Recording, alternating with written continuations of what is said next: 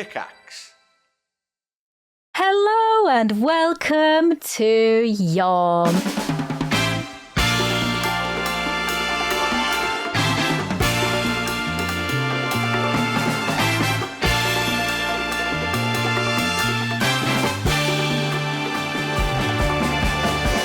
Today we are talking about films, which is really different to what we normally do. You know, sometimes it is. You know, when we go on our tangents.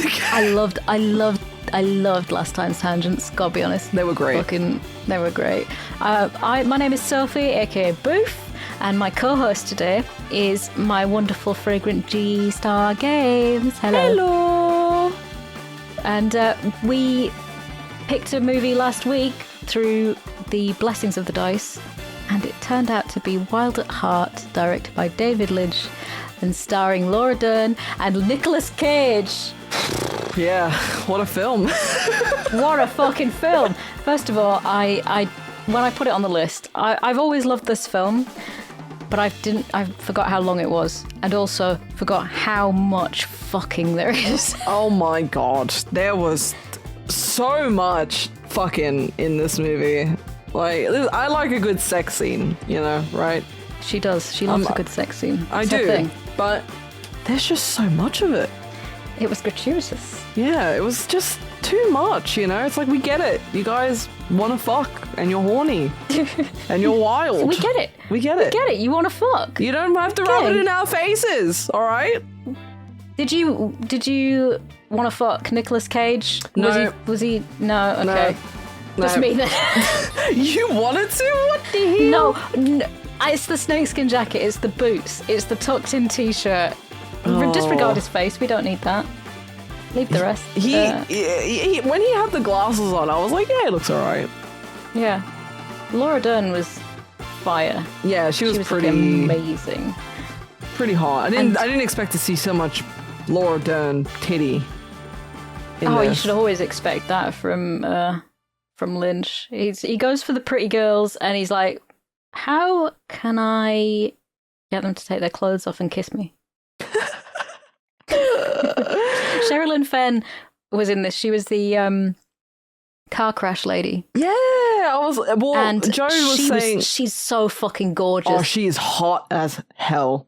She is. I want to be her. Yeah, She's so pretty. she is really, really, really hot. But there's a lot of like Twin Peaks actors in this. Yeah, Like, he finds his actors and he sticks with them. yeah, And he's like, you're Well, good. a lot of directors do end up doing that. I think a lot of good directors end up doing that. Tim Burton cannot get enough of Johnny Depp. and Helena Bonham Carter. Yeah. It's fair play. Yeah. And I mean, I hadn't watched this film in a while, but I do remember always loving it so much. And I'm interested to see what you think of everything. And I don't know whether we can go through this scene by scene. I'm not. I mean, we can try. Do you want to describe the sex scenes in great detail? Yeah, nah. Yeah, nah. I don't know. It's a very Lynch film, but it's a very normie Lynch film, right? It's one of the most normie ones that he has, I would say. Because when we were watching it, Joe was like, this is like one of his more normie films. I can think of, I'm like, oh, Biff, this is Biff's pick. And he's like, there's like more wackier Biff picks than this. And then I was like, oh, like what? And he said, oh, Inland Empire. Yeah, exactly. Fucking watched that the other month. Yeah. And basically, there's a sliding scale of Lynch, and it goes from Dune, which is very, very, very normie. Which is then you've funny. got Wild at Heart. If you really think about it. You've got Wild at Heart, and then you go down to I think Twin Peaks is digestible. You can take, and then you go Blue Velvet, Inland Empire. Blue Velvet is just off the scales. Mulholland Drive. Yeah. And are you a fan of Lynch's other stuff? Like a razor head. Yeah. Yeah. The Elephant Man. Yeah. I love the sex scenes in The Elephant Man. Oh, yeah, baby. I'm pulling all the tufty fur out of Brenda. Brenda's sitting on my lap right now. Oh. She doesn't appreciate that, but she was on me throughout watching Wild at Heart as well. So I couldn't take notes because I was so fucking cold last night. I was under 2 blankets. Brenda was on my chest. So I didn't have any hands free. And I was just like, I need to just watch this and digest it. And just try and take it in. I mean, I don't know. I feel like the movie was fairly straightforward. And like there was some thematic things here and there, like with the Wicked Witch stuff. Yeah. And just the random shit. Like, oh God, what else? There's not a lot. But there's a few things littered throughout. But the only thing I can really think of is the Wicked Witch stuff. Yes, the Wizard of Oz themes. Yeah. Of everything. Yeah. He loves his discordant music and like horns and stuff in his like, and the cutaways to something really. I love that. I love that so fucking much. Like, it was the one thing that I really loved about this movie was the way that it was filmed, in the sense that like they'll be having a conversation and then they'd like cut to like that scene of the fire that's raging. Yeah. The way that they that it was all pieced together and nothing, I mean, it was, I think that's what makes it a more easily digestible Lynch film. It wasn't. It had its weirdness, but it pieced together and it made sense at the end. Yeah, no, it wasn't complicated or mystical like Twin Peaks, you know, or Mulholland Drive or whatever. There's nothing beneath the surface, so to speak. It's very, very straightforward in comparison to a lot of his other things that he's done. And I never really look into Lynch's stuff at all, ever. I only see it on the surface because I think, personally, I know that a lot of people want things explained. They want to make sense and they have their own interpretations of stuff, right? And with me, I just think, well, when I'm painting a pretty picture, I go, that looks nice. Yeah. Or when I'm making a song and I go, that sounds really good there. There are things that he does, though, that are just like, what the actual fuck is going on? Like, did you ever watch Twin Peaks The Return? Yeah. Okay, so the black and white stuff and the stuff with the hobo saying you got a light. I love it. Yeah, like, what? Like, yeah, it's cool and it looks great.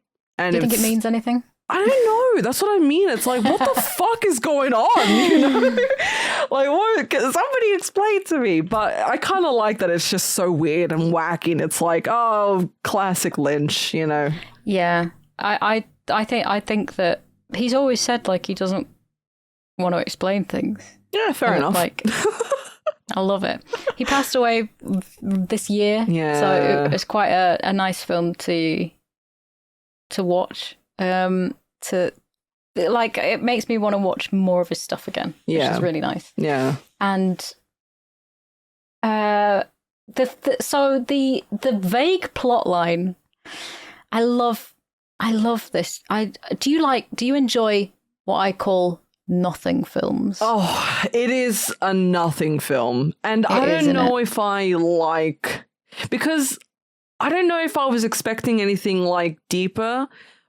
But it was like they sort of like had these like tiny little reveals that like when they would reveal information, it just sort of was like, okay. Yeah. It's like, okay. It was an interesting journey, but it wasn't like, you know, you were kind of like on the edge of your seat going, what's going to happen next? What's going to happen next? Sort of thing. It's like you said, it's a nothing film. I love nothing films. I love to sit there and watch them and just watch things happen, and they don't have to mean anything. They don't have to do anything. And the film that I'm going to add to my list is another one of my favourite nothing films. Okay. There is, I want to add Napoleon Dynamite. I'm going to say it now. Oh, I love that film. And it's a nothing film. There's no fucking plot. You're just following. Yeah, it's just insanity. This guy just doing whatever he wants to do, and I love it. And it's weird. I love that stupid ass fucking movie so much. Yeah, it's my mum's favourite. My mum loves Wayne's World. She loves Freaky Friday, the 70s one. She loves Napoleon Dynamite. Those are three. And she likes The Phantom Menace for some reason. Like she used to watch it with the cats. That's so funny. Those are her favourites. She used to have a T-shirt that said the T-shirt that says "Vote for Pedro," and she texted me today saying, "Rosie says that Napoleon Dynamite is going to be at Liverpool Comic Con. She wants to go and see John Heder, and Pedro's there too, and also Alec Baldwin." He's charging £100 to look at him. Oh, Alec Baldwin. Oh, spicy. Sign my gun. No! Sign my gun. Oh, no. But I love nothing films, so that's... Napoleon Dynamite is a really good nothing film. I'll give you that. I would quote that shit all the time growing up. There's just so many good quotes with the fucking Tina, the llama, and the fucking... food. Good, like all the fucking stupid like mannerisms Napoleon has. Oh, it's such a good dumb film. It's a beautiful film. It's really nicely shot. And it's a cult classic for a reason. It's just so good. Yeah, like, it's bizarre. And you can't explain to people why it's good. It's kind of like that Beverly Loughlin. It gives the same kind of vibes. Nothing. Yeah. I love my nothing films. Yeah, they're fucking brilliant. And so the plot of this one is quite a nothing one. Yeah. You've got Nick Cage, who's playing Sailor. What's his surname? Sailor Ripley. Love their names so much. I'll give David Lynch this. They all have very memorable names. I'll go an entire film and be like, I don't know anyone's goddamn name. Yeah, at least this way. Yeah, you know. Sailor, Lulu, Santos, like just all of these weird and wacky memorable names. Bobby Peru, yeah, like really good names. Really good names, and they're memorable. And people they say the names a lot. They do, yeah. And I love that because they're such caricatures, right? Like they're like the way they talk, the way they act, the way they fucking dress, they're just so over the top. It's wonderful. It's magical. And so Sailor is going out with Lula, and it opens up and they're at some They're at a party. I can't remember what it's for. Neither can I. I don't know whether it's explained. It's like they're at like Cape something. It looks like a fancy Cape Fear, somewhere near the border between North and South Carolina. So they're probably there for some sort of like, it looks like a theater, really. Yeah. Yeah. But there's there's this guy that starts saying, "Oh, you were trying to fuck someone in the bathrooms," and he's like, "No, I wasn't, not at all." Her mom. Yeah. It turns out it's her mom. We don't know it at that stage. And anyway, this guy comes at him with a knife. So Sailor is like, "Nah, fuck that," and he goes overboard. And we're in the first 5 minutes, and we see a man's brains splatter. Literally, yeah. Yeah, and obviously, like, I love that. I love that shit. I was feeling really sick at the start of it anyway, and I was like, "Oh god, why did I choose this?" Yeah. He went so fucking over the top. Like he could have claimed self-defense. And then he was like, "No, I'm going to smash this guy's fucking brains in." Yeah, he got carried away. And they're very young, Lula and Sailor. Lula's young, but I don't know 20. Yeah, she's 20. So how old is Sailor? I don't know. Exactly. So I'm like, is he like is he older? Is he like a problem? And that's why Mom doesn't want them together. So he gets put away for manslaughter. At this stage, and she's waiting for him to get out of jail. And the jail's PD, spelled PEEDEE. I had to do a double take. I'm like, P. What the fuck? She picks him up though. My favorite shot. You're skimming over this. So he's behind bars. The bars, they close. He's staring out. Then there's a crystal ball with his face. Yeah. And then a hand hovers over the crystal ball. Yeah. Did you see how fucking jank? I love it. Yeah. Did you see how jank it was? Like the hand going over the crystal ball. Yeah. And it happened again. There was a couple of times that they did that. And I was like, that's incredible. Like, you don't this is fucking wonderful. It weirdly works though. Like it weirdly it looked jank as fuck, but I was like, it still kind of looks good. It works. Yeah. It works. I don't know if you couldn't really see it all that well if you watched it on its original intended quality. You know what I mean? And it kind of just blends in, but it just looks so funny. It looks like those edits on YouTube where... It looks like my editing. It's really fucking shit. It looks like... I'm so bad at masking, man. I am so fucking bad at masking. I don't care. Like, I've done some... I'm going to plug my own channel. I've literally was masking. I was doing so much work on editing yesterday because I was trying to figure out how to put an object behind a guy in something and then track it with the camera. And I was like, I have no fucking clue how to do this. Yeah. So I spent like 3 hours reading tutorials. I've instantly forgotten. YouTube is your best friend when it comes to that kind of stuff, though. I love YouTube. I love YouTube. I love YouTube. But yeah, it just reminded me of those scenes, all those videos on YouTube where, you know, when it's like Mr. Bean and Cyberpunk? Oh my God, I fucking love it. Yeah. So it's like that. And you can clearly see like the green screen when they're moving and it's like kind of wobbly around their outline. That's what that looked like. Her hand had this weird wobbly outline as she brushed over the crystal ball. It was so funny. Because it was obviously really hard to do because of the lighting of the crystal ball as well. Yeah. But it's things like that they put in. And it's like, that you put in and it's like, oh, okay, that's a weird Lynchy thing to put a crystal ball in it. And then it's, we skip ahead to his release date and he's calling Lula's house. And Lula's mom's there. And she takes the most dramatic drink of martini or whatever it is that she's drinking.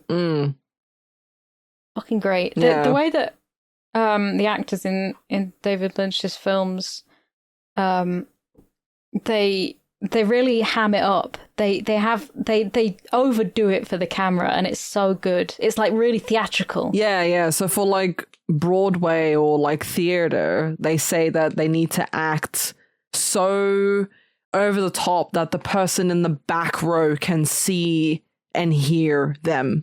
Right? Like their movements need to be really exaggerated and their like the volume of their voice needs to be really exaggerated because they're not working with microphones. They're working with just the stage. And that's how like his characters kind of act sometimes. Yeah. And it's all like very, again, they're all like characters. Yeah. Caricatures of it. They are they are serious. They're like characters. So she picks him up. She's Lula's mom is really fucking mad that she wants to go back to this guy, and so Lula picks him up, and they go to a motel or something. Before they're going to go out dancing.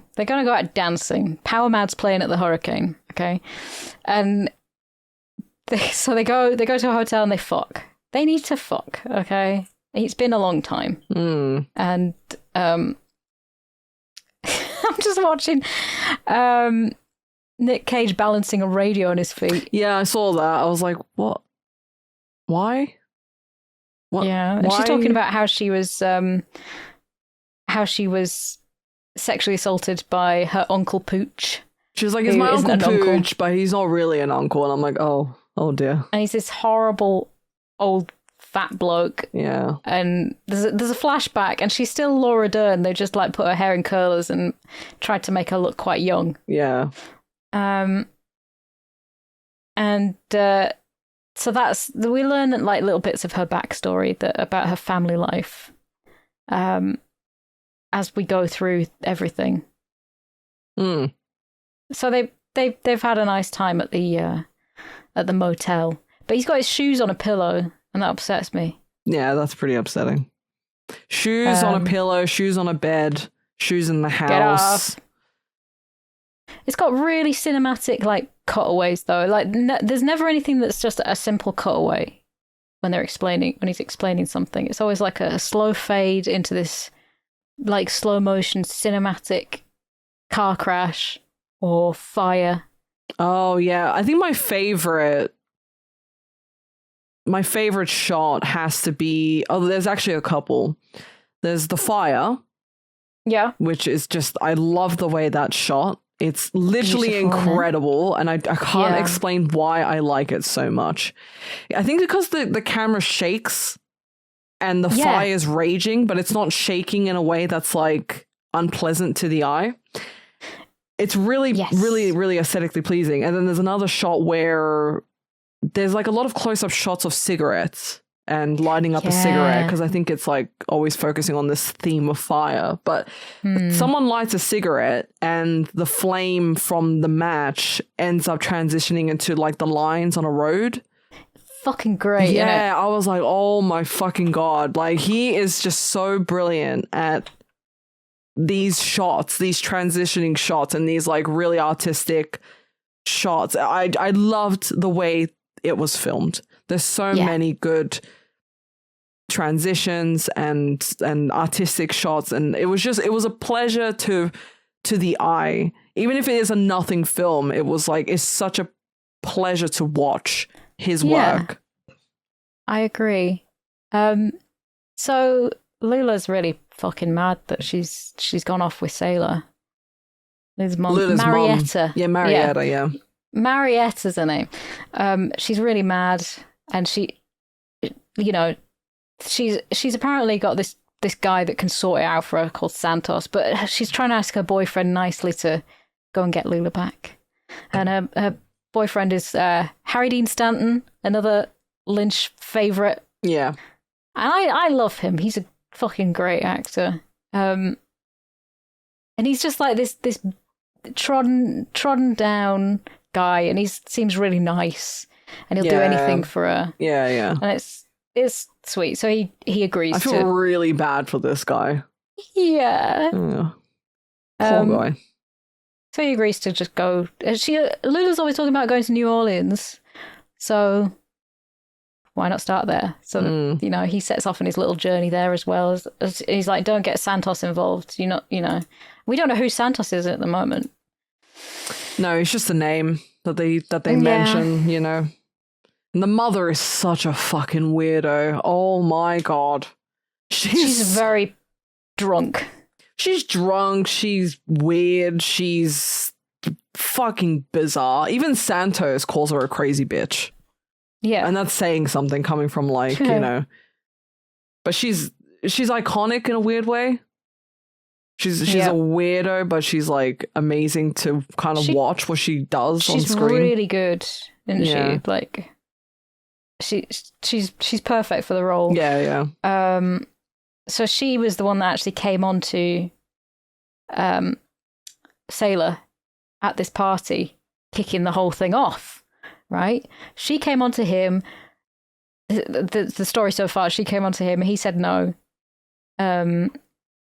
She says, you got too close to the fire, and then she tries to get him killed by this guy that Sailor ends up murdering himself. So we're getting little pieces of the story, aren't we? Yeah, because it's like, you know, you tried to sleep with Lulu's mom. It's like, what the fuck? Did that even happen?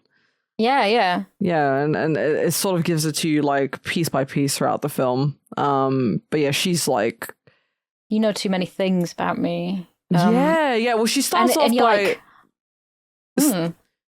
she starts off by saying she wants to fuck him. Yeah. And he's like, what the fuck? No, dude.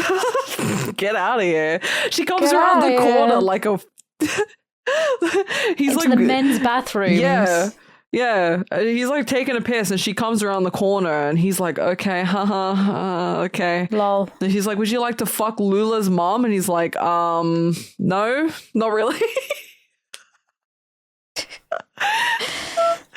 Not really. Not really. I'm fine. I'm good, I'm thanks. alright the way that I am. I'm quite good here, thank you. Quite good, thanks. And then she drags him into a bathroom stall. Yeah. And that's when she's saying, like, you know too much, you got too close to the fire. And did you hear that? I did! Oh I've my got a naughty god. guy. I cannot believe that. Bloody hell, Keith. I can't do anything about it, can I? He's going to jump up here and I'm going to have to sit. I've got Brenda on my knee. And... Oh, come on then. I You want to talk about Wild Out? You didn't watch the film, you little freak. I love him. I love him so much. He's got the best little meow. He's got a good meow, hasn't he? Yeah. Keith, you didn't watch the film. You didn't watch the film, so you can't really join in, can you? Come on. Right, now talk into this. Can you talk into that? He's kissing the microphone. I don't know whether you can hear it. Oh, gross. I could hear him, like, brushing up. Yeah, gross. So we find out that Sailor was a driver for Santos. Mm-hmm. Right, we're still getting these little pieces. The little pieces are arriving. He was a driver and there was a job or something, and she didn't want him to know about it. Yeah. Anyway. Brenda, don't hit him. Brenda. Right, he's walking all over everything. Get down. Oh, we've got some naughty cats in the building today. I like this scene where he says, does he say, like, rockin' good news? Something like that, yeah. Yeah, it love it. Sounds familiar, because they've got really southern accents, all of them. Their accents, just the whole thing, the way that they talk, the way that they act, mental. Brilliant. Absolutely mental. Like, no normal person would act the way that these people act. Are you sure? You know what? In today's day and age, maybe not. So their relationship is exactly the kind of relationships that I've been in.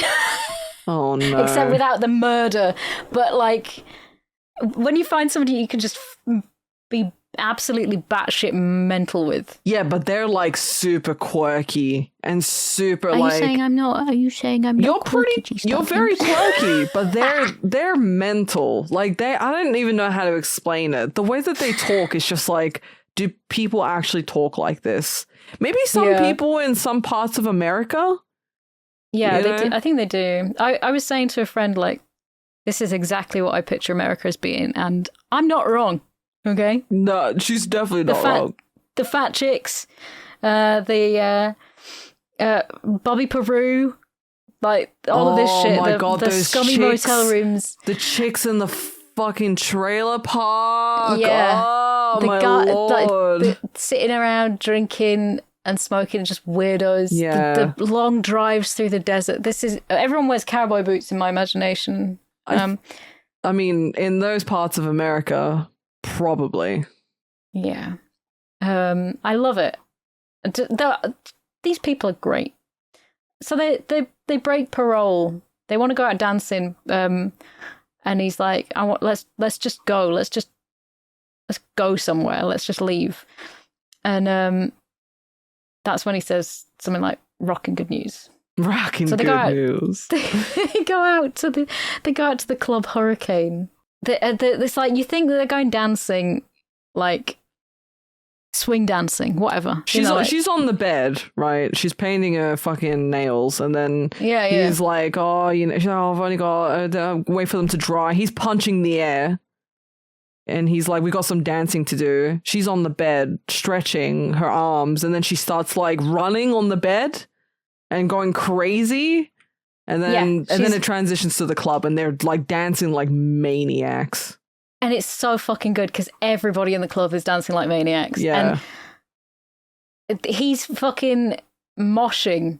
He's basically like, they're all moshing, and he's in his own world. He's flailing, he's punching, he's kicking. Yeah. And he doesn't even notice that some bloke's coming onto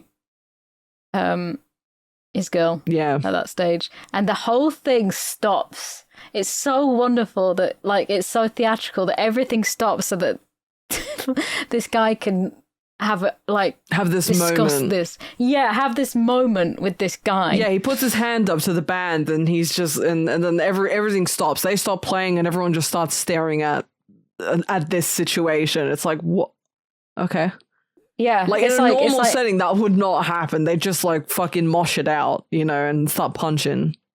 Yeah, and nothing had stopped. Nobody would care. Nobody would pay attention to this. Yeah. And they have a little fight, and he's really good at fighting, obviously. It's Nicolas Cage, Yeah. Gets him to apologize to his girl. And it's just like, he's like, I'm sorry. And she goes, it's all right.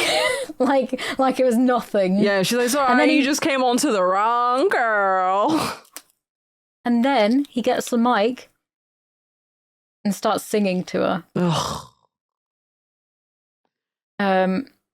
What song is it? I don't even know. I don't even know. The only song that I do remember is her complaining that he didn't sing "Love Me Tender" or something like that. And he said, I'm only going to sing that to the girl that I like marry or something, or that I like am giving my whole heart to, or some shit like that. Some shit like that. But she wanted him to sing that to her, and he didn't at that time. But everyone in the club is loving this moment as well. And there's more shagging after that. Of course.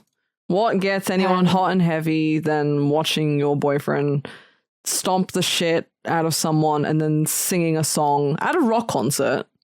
It's romance. That's his proper romance. It's not romance. It's, infatuation and lust. And because if you notice, them starting off in the hotel that they start off in was actually quite nice.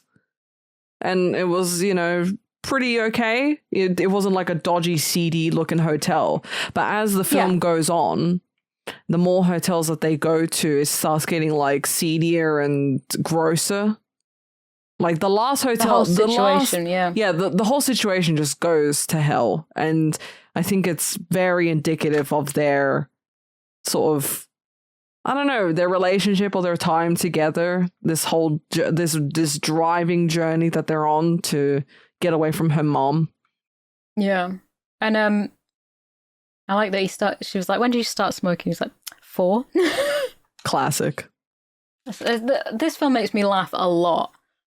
She says this whole story about fucking Bobby Ray Lemon or whatever. Yeah. And then his reaction to what she was saying was, wild.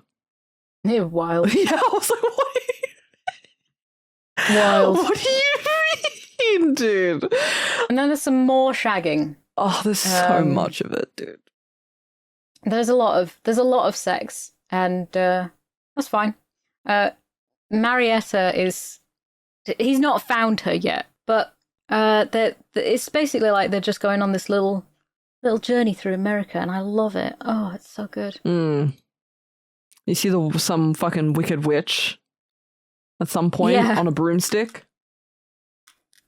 I realize that I'm starting to go through this scene by scene. I mean, you can kind of, because you can kind of gloss over like the sex stuff and like, but the only important stuff about them and in bed is like the stuff that they talk about. Because whenever she talks, she says stuff that he thinks are just bizarre, and he thinks that and he's just like, the way that your brain works is so weird and it's so bizarre. And she sort of gives him like little bits of information about her childhood and how she grew up and just random stuff like that. Yeah. That's the only like important bits about their like intimate fucking scenes. They are good though. So she calls Mr. Reindeer, or does she call Santos? She calls Santos. Who, her mom, Marietta. Marietta, yeah. She calls Santos. No, she calls her boyfriend. Oh, yeah, she calls Harry Dean Stanton. But, like, what's this with Mr. Reindeer that... Does she talk about Mr. Reindeer yet? Well, maybe we're at the different points. Because they just travel through things. They're just traveling through town, right? And she's like, he's not found Sailor yet, so I'm going to call Santos. And yeah. Is it Santos that calls Mr. Reindeer, and he's got these maids standing either side of him with their tops off? No, yeah. So he calls Mr. Reindeer, and he's sitting on the toilet. I even wrote, like, pick a thing, right? He's on the toilet, on the phone, with a cup of tea on a silver platter on the sink, with a chick who's half naked dancing in the bathroom. Yeah. Pick a thing. I want to pick all the things.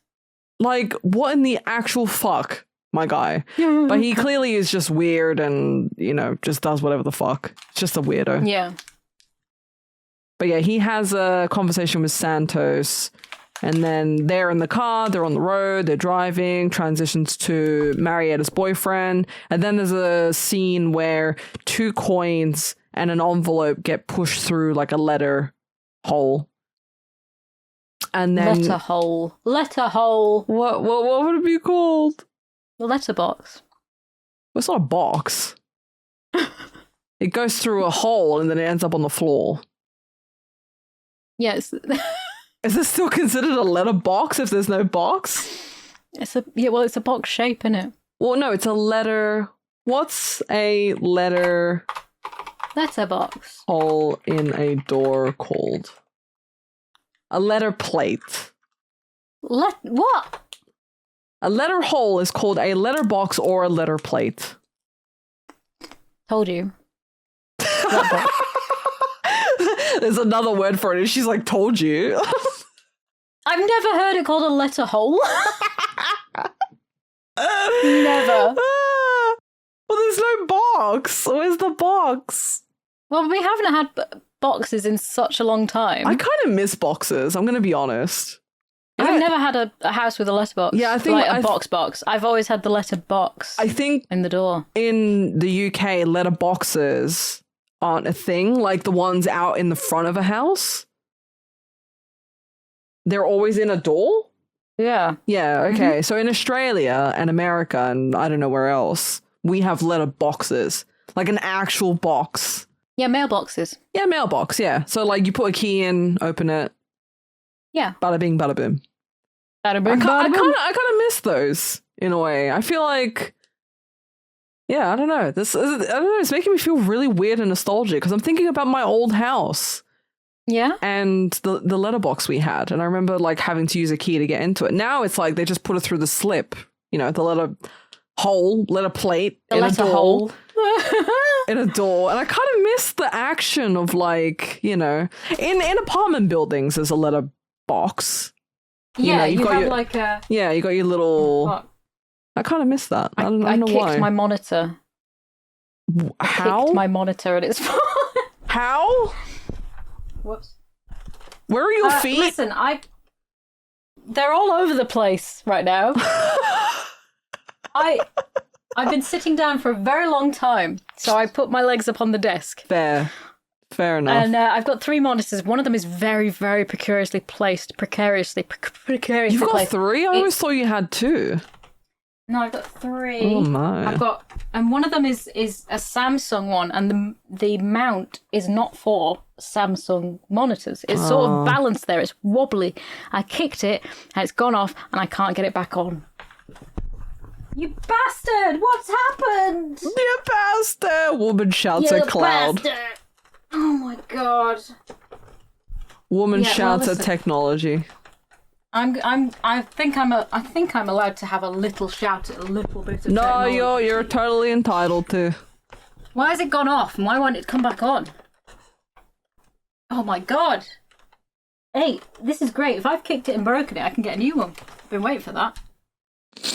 Oh yeah. Oh no, I've tethered myself. I'm actually wearing wired headphones today, and I forgot. She forgot. Right, come on, let's plug you in. This is today's tangent, innit? Boof fucks around with monitors and wires. Yeah, that ain't. Well, I'm just gonna have to. It's on. It's wonky, but it's on. She lives. Oh my god. Anyway, lesser holes. Letter holes, yes. Oh my god, this is so fucking wonky now. And I still put my leg back up on the desk. So they get to New Orleans, don't they?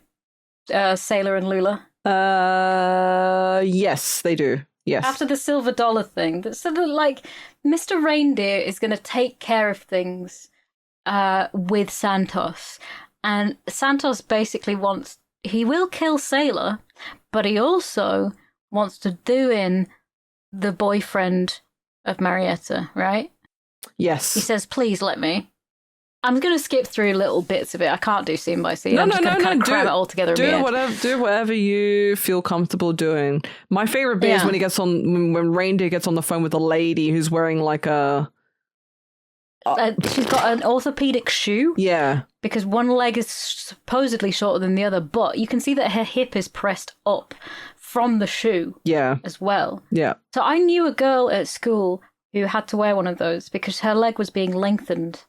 She had one leg shorter than the other, and they had to lengthen it. So she was wearing a leg brace all the time.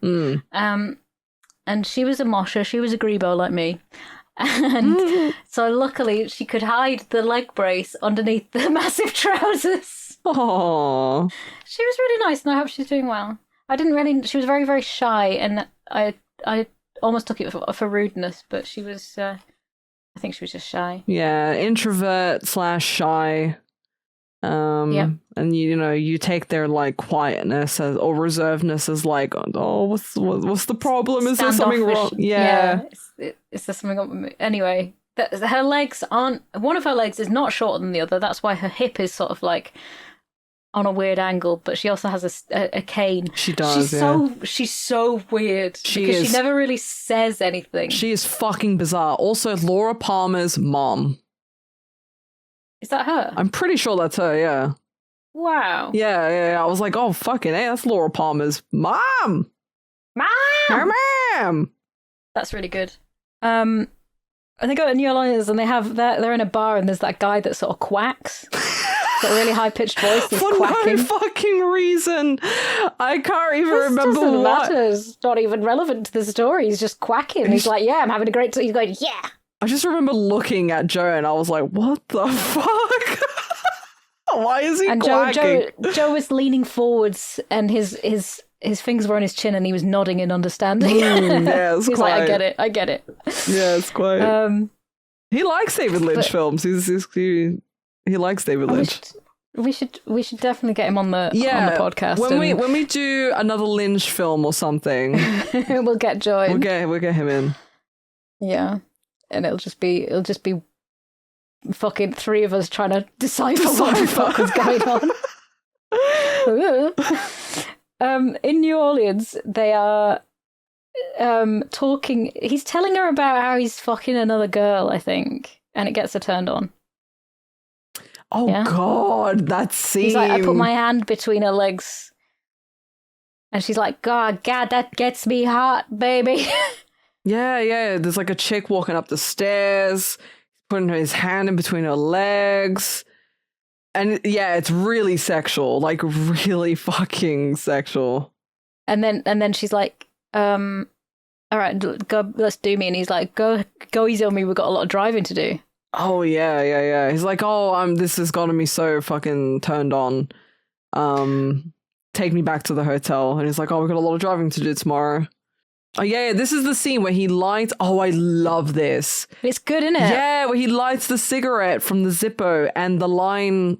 The flame turns into the lines of the road. Oh, my God. So fucking cool. Yeah. And they have a shag, and they're constantly... Shagging. They're constantly shagging. They're living the best life. You know, this is what being 20 is all about. Young, dumb, and full of cum. Hell yeah. I'm just old, dumb, and full of cum.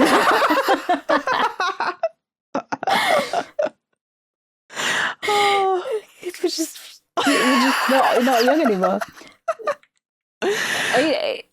Does he? Is it Nick? Is it Sailor that's telling the story about his weird? No, it's cousin? her. It's her. It's her. I fucking hate this conversation. I'm pretty sure. Yeah, Santa. Yeah. I'm pretty sure it's her. And he's scared of the glove because the aliens are gonna. Yeah, it's her telling the story about like. Yeah. How I just the line lives rent free in my head. She says something about him sticking a cockroach up his ass, and I was like, what on his anus? Yeah, on his. Oh god, that's actually that's making me feel ill. He's standing there squirming. Oh, that's such a horrible image. But he's scared of the black glove, and like he's a really weird guy dressed as Santa. He loved Santa so much, and he was really upset when it wasn't Christmas, when it was July, and it was like 6 months ago. And the alien. He was scared of the alien wearing black gloves that was controlling him, but then it turns out that he was the alien that was wearing the black gloves. Fucking A. I couldn't wait for this scene to be over because I'm like, what is... He was making loads of sandwiches and he was like, I'm making my lunch! Yeah, like, clearly a very disturbed guy. And I'm thinking, what is the point of this story? What purpose is this serving? You know? Because she's told a story about, I guess, like, how she was kind of sexually assaulted by an uncle that wasn't really an uncle, and, you know, this cousin who's really weird, and it's like, what the fuck? What is wrong with this woman's family and extended family? Well, at least it tells you how fucking weird this family is. Yeah. That's what it serves to... David Lynch is just putting this weird shit in. Yeah. Just because... It's weird. It is and it's weird, like, yeah. And then her mum, we cut to her mum going through a fucking mental breakdown. Mate. Because Santos is going to kill her boyfriend, and she's like, actually, I've changed my mind, and she's covered herself in her red lipstick. Yeah, I don't know why, though. Like, I was eating pizza at the time, and I'm, like, looking at her smear this lipstick all over her face, and I don't know why, it just made me feel really queasy. I think you're just feeling queasy from the whole fucking experience of this film as well. I think so. I think, yeah. You do have some textural... there's some textures you really don't like in there. You can't touch dry towels. Oh! So that just went right through me. I'm so sorry. But maybe it's something to do with that, like, you can picture the texture. Yeah. It makes you feel weird. Yeah, it makes me feel weird. Oh, God. I'm just freaking G out, not even by the film. No. But by saying things that she doesn't like. I'm not going to say it again. Do you have that as well? Do you have, like, a thing? I have things. I don't like touching wet food. I will not, like... Don't get it on my skin. Awful. Horrendous. Will not touch it. I mean, I've always been like that as a baby. And my sister has always hated, silly putty. And like that farting putty and stuff. And Play-Doh. Silly putty. Is it like Play-Doh? Yeah. Okay. It's like a gooey sort of slime. It's like slime. Oh, yeah. That's the smell of that. weird. She used to really freak out. Oh, she used to hate that. I don't like the color of that. That's fucking weird. It's like fleshy. But she had this silly putty that glowed in the dark, and it was like quite runny, and it was like almost see-through in places, and it was full of maggots. Stop! It was like a boy. Yeah, and she wanted the little toys out of this slime, so she'd ask me to take them out for her. My granddad couldn't touch velvet. He hated the touch of velvet. I don't blame him. I'm not the biggest fan either. My dad hates lenticular pictures. You know those pictures that you move them backwards and forwards and they sort of change slightly. Really? Oh, the texture of them are weird, right? Yeah, he the sort of like if you run your fingernail across them, Yeah, it it's makes bumpy. him cringe. Yeah. Okay, yeah, So I get he that. doesn't like that. I'm trying to think of things that I don't like textures Well, that yeah, I don't you've like. only given me wet food.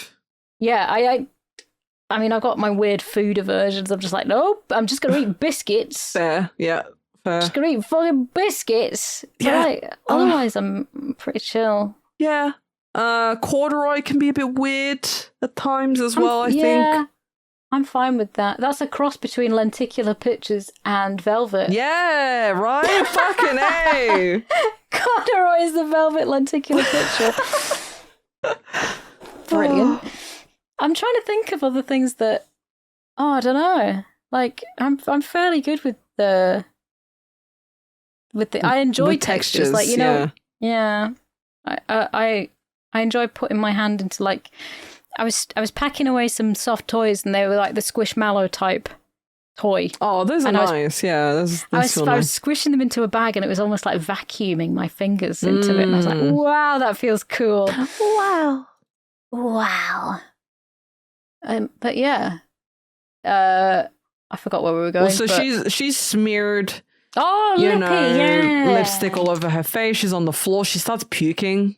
I guess maybe she drank too much. That freaks me out. So I'm metaphobic. Yeah. I don't like. I didn't like that at all. I was and there's a lot of barf in this film anyway. So, but I got through it because I know it's not real.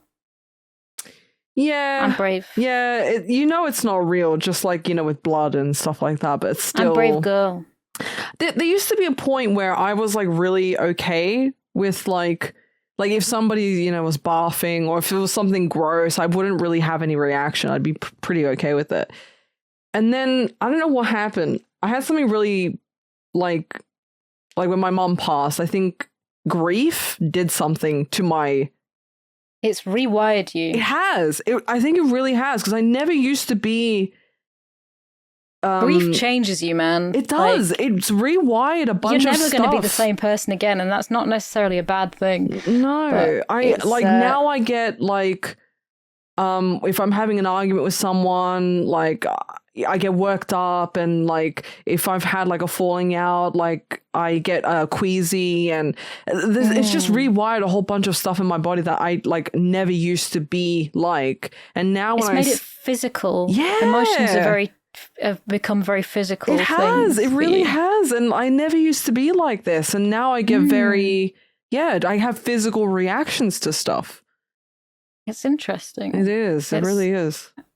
But it makes you take notice of your emotions a lot more as well. It really forces you to, doesn't it? But like covering yourself in lipstick. Yeah, as we all do. I mean, I did get carried away a few times when I was... that time that I painted myself green? I just wanted an excuse to paint myself green. I think it'd be a fun experience doing that. I did it, and it was hilarious. I was just like, I just want an excuse to paint myself green, and then I got the excuse and I painted myself green. And then there was the time I covered myself in glitter. Oh god, that must have been impossible to get off. It was really itchy. Yeah. So fucking itchy because of the glue. And I loved it. I just want to be a glittery human being forever. But it was like that big glitter. Oh, yeah, that must have been real itchy. I should start doing this weird shit more. Live a little. Live a little bit. Paint yourself green for a laugh.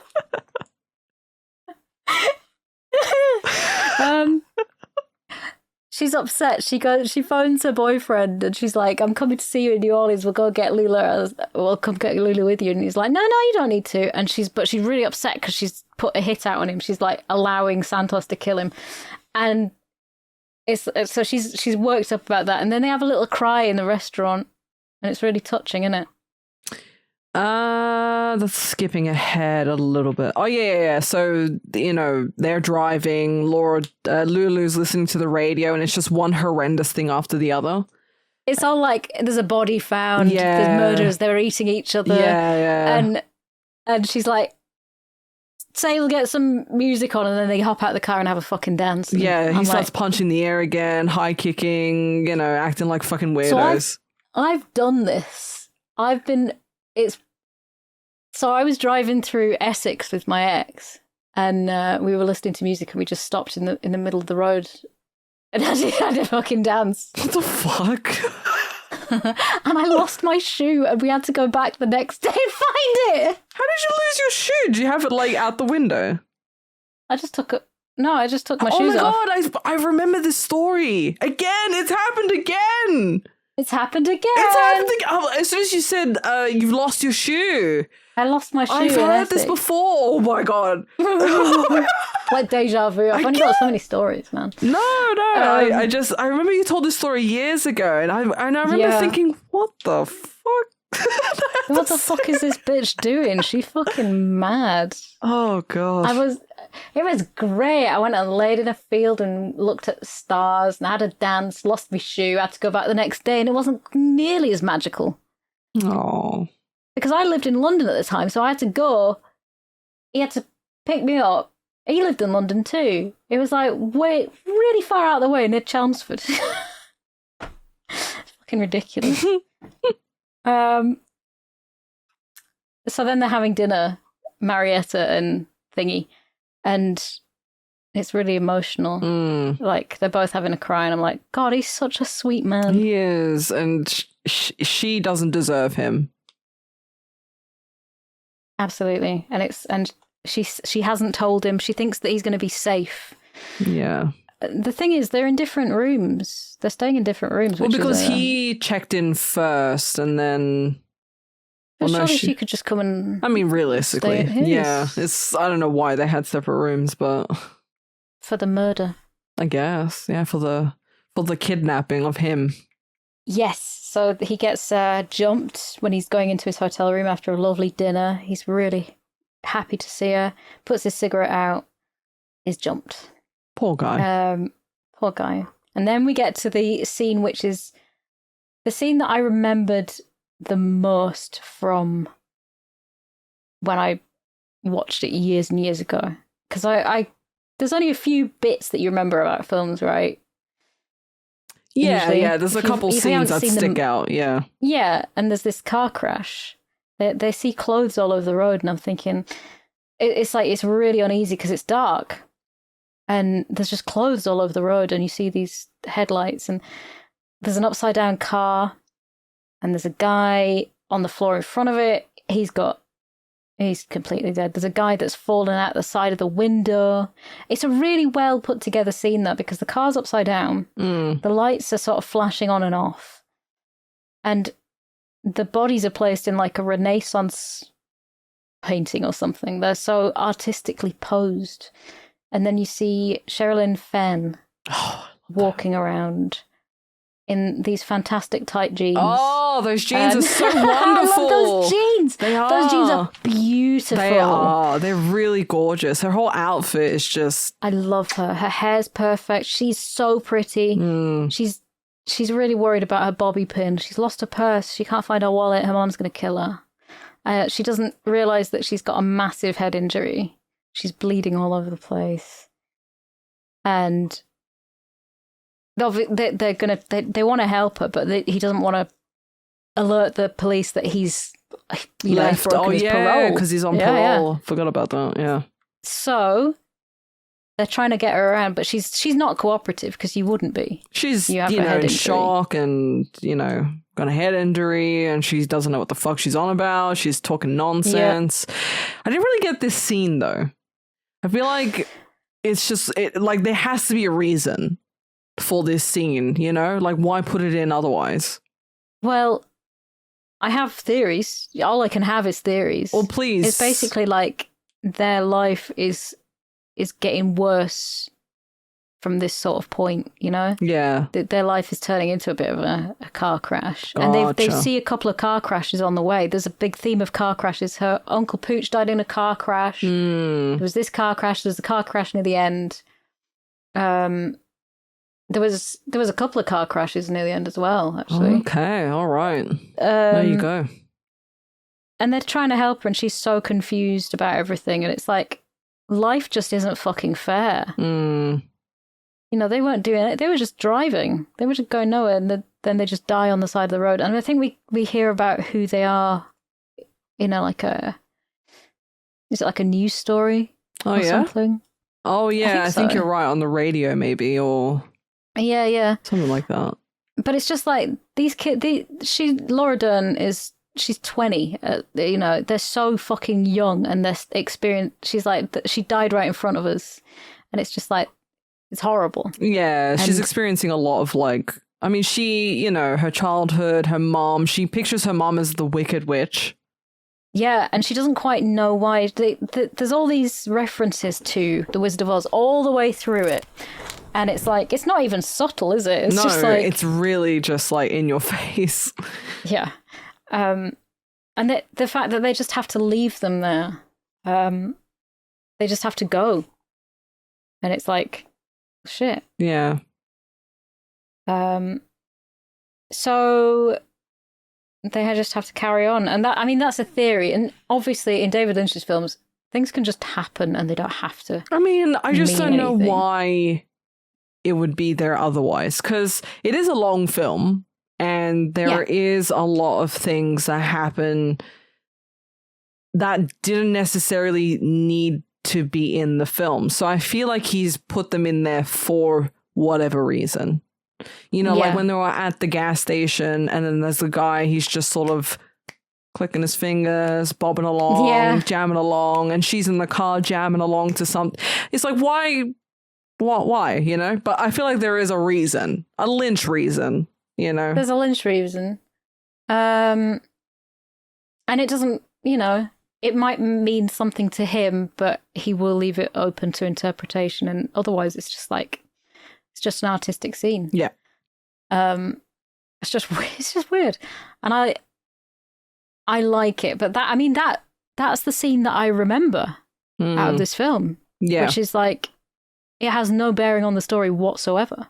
Yeah. It's I think it's because it's different from everything that we've seen up until this point. It's kind of unexpected. Yeah. You're just like, oh, okay. Okay. Random. Okay. Is this gonna like pay off later, or is this gonna mean something later, or? But yeah, it's just thematic, I think, more than anything, like you said. Yeah. And we go back. There's Marietta in the hotel. She's really worried because her boyfriend hasn't shown up. He said he'll meet you downstairs, and he's just not there. And she's freaking out. And the guys in the lobby, the hotel manager's on crutches. There's a guy that's constantly like vacuuming the floor. And there's another guy with a walking stick. And it's just like a very weird place to be. Yeah. And he apparently left a note that says, gone fishing, maybe buffalo hunting. Kick. And then, and then Santos turns up and she's like, ah, shit. Yeah. That's what's happened then. Yeah. And she's kind of mad about that. I guess she's upset. Well, it doesn't take much with her. Yeah, she's so all over the place. Edge. Yeah. So she's trying to get around, like head around this, the fact that he's gone, and we then see what's her name? The weird lady. Oh, I don't remember her name, but she is so... She's kidnapped. Fucking she's the one weird. She's the one that's kidnapped Harry Dean Stanton. Johnny. And then there's... Joanna? I think her name is? Yeah, something like that. Yeah. Yeah. And so we see what's going on there. This whole scene just made me feel so uncomfortable. Because she looks mad. She looks crazy. They've done so well with her and the other lady, you know that her daughter? Perdita, yeah. Yeah. Who it's like they've managed to make them look so deranged. They have. It's the staring and the fact that they've got one eyebrow. Yeah, for some reason. And you can tell she doesn't naturally have one eyebrow. They've like, you know, kind of drawn it on or whatever. Yeah. But she just looks deranged. And the way she acts is deranged. And she's like making out with her boyfriend and she's smeared all her makeup all over his face. There's obviously a lot of drugs involved in whatever's happening here. I don't know, honestly, because she just seems bizarre. You know, maybe that's all natural. Or maybe they just hopped up on drugs. I'm seeing my future here, G. Oh, no. I'm seeing my future. I'm going to be like this. I'm going to be the mad bitch with one leg shorter than the other, and I'm pointing at people and going, I'm trying to kiss everybody.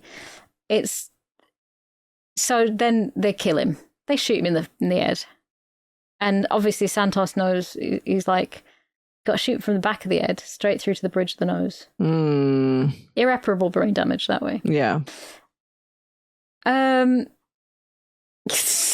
Everybody's very, like, sexual. There's a lot of very hyped up sex. Yeah, everyone's stuff. very sexually charged in this movie. Yeah. Sailor and Lula make it to Big Tuna. Is it Big Tuna? Big Tuna, yeah. Place? What the fuck? Is that a real place? Probably Googling not, now. but it wouldn't surprise me if there was a place like that. Big Tuna, Texas. It's fictional. Aww. But I wouldn't be surprised if there were places in America that had such a wacky, weird name like this. Yeah. It's all weird name places everywhere in the world. I love the way that house that they go to with Perdita. So weird. It's in the middle of nowhere. Yeah. It reminds me of, I bet it's a similar filming location that they used in like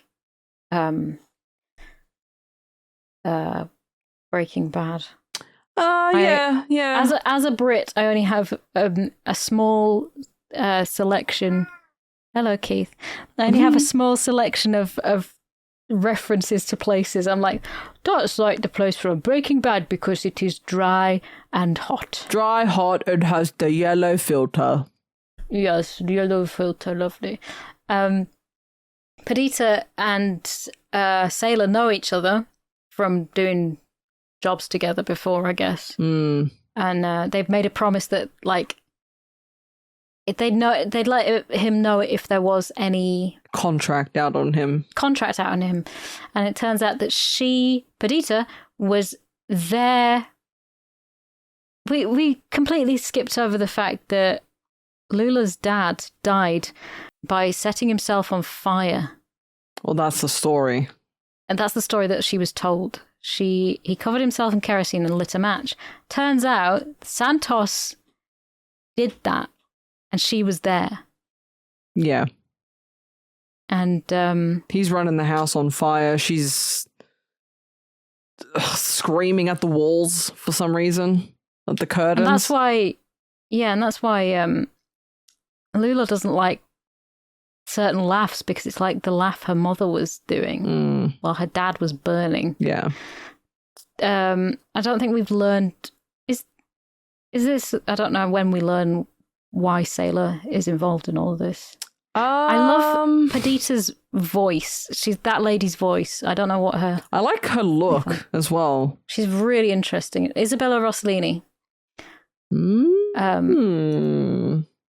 Isabella Rossellini. Yeah, she's. I like her look in this. Oh, she was in a movie I watched recently. Played a nun. She was. She was in a Death movie. Becomes Her as well. Oh yeah. Oh, she was in Blue Velvet as well. Oh, mamma mia! Another classic actress. I love her voice. She has this lovely deep voice that has and the accent, and it's sort of like ethereal in a weird way. Yeah, it's just really nice to listen to. Yeah. So she says that no, they don't have a contract. He doesn't have a contract out. Don't worry about it. We know she's fucking lying. Yeah, she's defo lying. And so they're in Big Tuna now, right? And he comes home and she's in bed and he's like, "What's that smell?" Oh, God.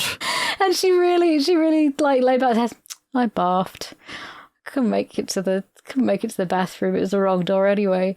And the whole way through that they're staying here, they do not clean it up. I hate that so much. Yeah, they just keep going on about the smell. Oh, God, it's horrendous. But it's, again, thematic. Yeah. He brings her a candy necklace as well. He says it's got 40 different flavors. Children. And I love that so much. It's like they're clearly like fucking immature. Like, it's great, but it's also like, lol, these two are just kids or whatever. Yeah. And she says, if I ever eat it, I'll be thinking of you. I love candy necklaces. Oh, I love them. I used to get them all the time. And I used to wear them to school and just eat them throughout the day. Yeah, they were great. That was my little thing. It helped me get through it. So they're staying in Big Tuna, and it's like, she's like, I just want to stay put. I think all this driving's throwing me off. And me and you, we immediately know, like the viewer knows what's up, right? Why else would she be sick? Yeah.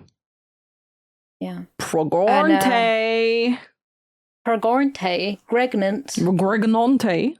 And this is such a good scene as well. This is another really memorable scene where they're sitting outside with the locals of this like motel, this trailer park type place. And it's there's a guy with it's called nystagmus or nystagmus, where your eyes are moving constantly, right? And I love how I knew a girl at school that had that as well. I knew the girl with one leg shorter than the other, the girl that's eyes moved all the time. What the fuck? I love how I know people that have got all this stuff going on. Like, did I live in a fucking storybook myself? God. Like, it's funny that she had the two things. No, there was two different girls. Oh, right. Okay. I thought it was the same girl. I was like, damn. Poor girl. No, it was two different people. But there's all the weirdos in this place, and I love it. And the biggest weirdo of all shows up. Yeah. Well, there's the guy that was in Twin Peaks again. There's a fish in the percolator. Oh my God. He's like, Joe said the same thing. I can't help myself. And now he's like, I got a dog and it barks all the time. Oh my God. Such a fucking bizarre scene. Like, this interaction. Like, why would you just go out and sit with these fucking random yobos that you don't know? It's great. Because it's what you do. It's like, there's no other entertainment. Your room stinks. Ugh. You're going to go and sit outside and smoke cigarettes. And there's the guy that comes in and he's doing fucking magic trick. He does a magic trick. He like throws fire out of his hand. And then there's the ladies, the big fat ladies with their tits out. It was so nonchalant the way he did it as well. Like, just... And then there's like guys just walking around looking like staring. And because those ladies, they were filming a porno or something, right? Oh yeah, that's why there's so much light. Yeah, and everything. And not, oh God. Ugh. Oh, it's fucking fantastic though. It's so weird. Like, every character is so strange. They are. Who's that really tall guy that looks a bit, that he's like running the place, and he's the one that says that they're what, the guy that was talking to them initially, the guy standing up. Yeah. I don't know his name. I don't know either. He's not. He's only in it for like one scene, right? Like, is it Timmy Thomerson? Maybe. It might be. Yeah, he was in. Was he in Twin Peaks? I'm trying to figure it out. Maybe he was in something that I watched, and I recognize him really. But I'm trying to figure it out. I'm looking at the cast. Yeah, same. God. Double O Spool. Someone's name is Double O Spool. That's such a good name. Hotel custodian, Aunt Rudy. Oh, Jack Nance. Jack Nance. That's him. Double O Spool is the guy that's the fish in the percolator. Oh, him. Right. Yeah, he's got the fish in the percolator. Yeah. I think he was in Dune. Yeah, he was. Maybe. Yeah. It's one of those, David Lynch, Blue Velvet, Eraserhead. Dune, Lost Highway. Classic. So, this is where we meet Bobby Peru. Ugh, his teeth. It's just ridiculous. The fucking... He's got these, like, false teeth in. Yeah. Where it's all gums, but the teeth are tiny, tiny and brown and decayed. Yeah. And really, really bizarre. Like, he looks so good, really, and then he opens his mouth, and you're like, oh. Like, he's this really slick guy, right? Yeah. And he looks really well put together. And then he's just got these horrible teeth. And he's like, have another glass of Jack when he's getting all upset because Sailor notices that he was in the Marines because of his tattoo. Oh, yeah, on his hand. Yeah. So we meet him, and she's still not feeling well. She's feeling a bit off, so she's going to go back to the room, have a lie down. Because this place is weird. I like it, though. It's got this strange, like... It's got a really good atmosphere about it, hasn't it? It does, but in, like, a weird way. It's like a weird, good atmosphere. The way that he's, like, set it up is... I think it's the nighttime. The nighttime vibe makes it feel that way. It's good, isn't it? Yeah. So the guy that I'm thinking of was Frank Collison. So I'm going to find out what it was he was in, what it was he was in that I recognise him from more than anything, from way back when, because it was from the same sort of era. Anyway, they're still going about how the room stinks. She's got a fucking amazing outfit on again. Yeah, I do like it. Leela.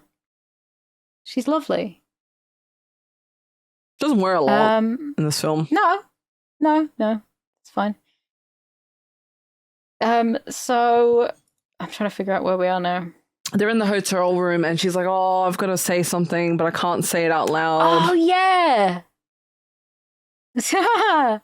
yeah, and I love it. I've got to say something, but I can't say it out loud, so I'm going to write it down. Yeah, she's like, "Not this. I can't say it out loud." And she just writes it.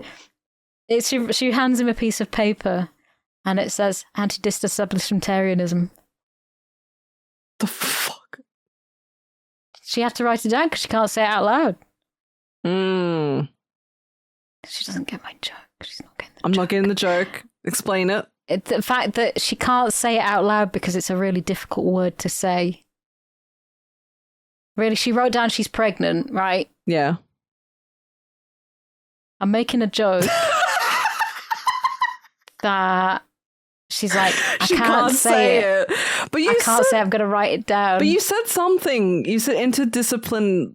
What did you say? Anti-disestablishmentarianism. Oh, Jesus. So just a really difficult word to say. Oh, my God. I thought they said that in the movie. I'm like, wait a minute.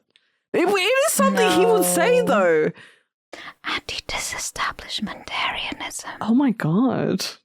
Do that again. Isn't it Elvira? Like we doing ASMR for really long words. Oh my God, that's scacophobia. Oh my! What's another really good long word? Supercalifragilisticexpialidocious. Yeah, supercalifragilisticexpialidocious. Oh my God, Biff! I think you have a career in ASMR. Do you like me talking to you in this low voice? I actually do. Saying incredibly long words. I'm going to read you Frank Herbert's Dune. Oh yeah, baby! I could absolutely do audiobooks. You could, I'm telling you, and you should do the ASMR version and then normal one. ASMR BDSM. This is what happens when Simon isn't here. We're losing it. Yeah, we've gone. Simon needs to. We need somebody to rein us in. We need an anchor. We need somebody to bring us back to reality. We're losing the plot. I'm losing it. Oh my God, I'm just gone.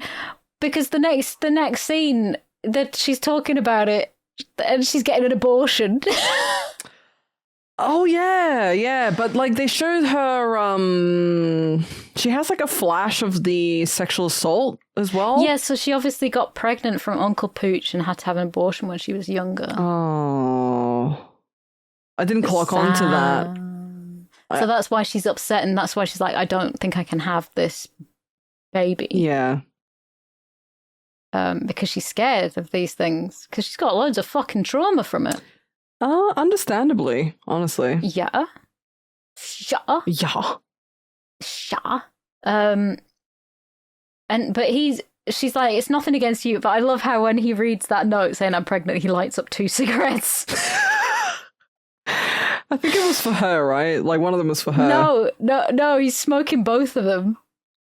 What? No, because that's what He's people do. Because I thought, like, you know, when two people smoke, the person with the smokes will light 2 cigs in their mouth. Yeah.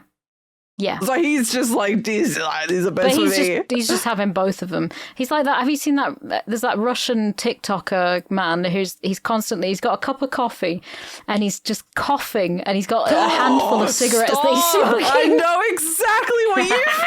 I've seen it, and the noises he makes is so funny. He's like, hilarious. He's like, I'm so glad that this man is destroying his health for our entertainment and for very little, if any, money. Yeah, he's got like 50 cigarettes in his hand, and then he's holding like oh my god, he's spilling it everywhere because he's coughing so hard. I hope it's satire for his sake, dude. Oh, it's definitely satire. It has but, to like, be. my god, it's so funny though. That's brilliant. We should just go on a TikTok. We should do a bonus episode where we talk about TikToks that we like. Break it down. It's so cinematic and thematic, and it means and the symbolism. I love the way that he's used the lighting of the lake that he's fishing from. I mean, my god, the movie The Substance, which I've mentioned to you, which has won a bunch of awards or whatever, that feels like a movie aimed at the TikTok generation. And I really, like, if you watch it eventually someday, and yes. like you tell me your opinion of it, I'd love to know. I've been meaning to watch it for such a fucking long time. I cannot stand it. I really, and I don't know why people like this movie. It's just one of those things where where so many people like it, and you're just sat there going, what exactly did you like about this movie? Well, it's like me with all movies, isn't it? Yeah.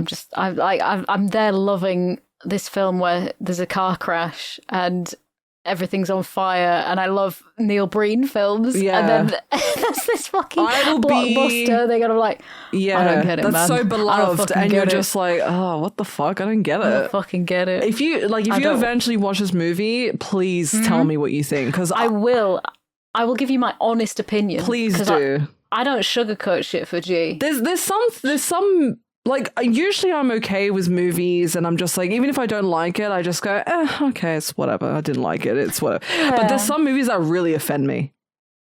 Like, Drive is one of those movies for me. Drive really, I find it really fucking offensive. And The Substance now is really offensive to me. I'm so offended by, like, Guardians of the Galaxy. Like, I feel like it's really personal. I'm like, why do you keep making this shit? Stop making Marvel movies. It's hurting me. And they're going, no, I'm going to do it again. You're gonna like it. And I'm like, no, please, don't do it. I can't take it anymore. Oh my god, I did Chris not. Pratt's in everything. He is. He really is. Crisp Rat.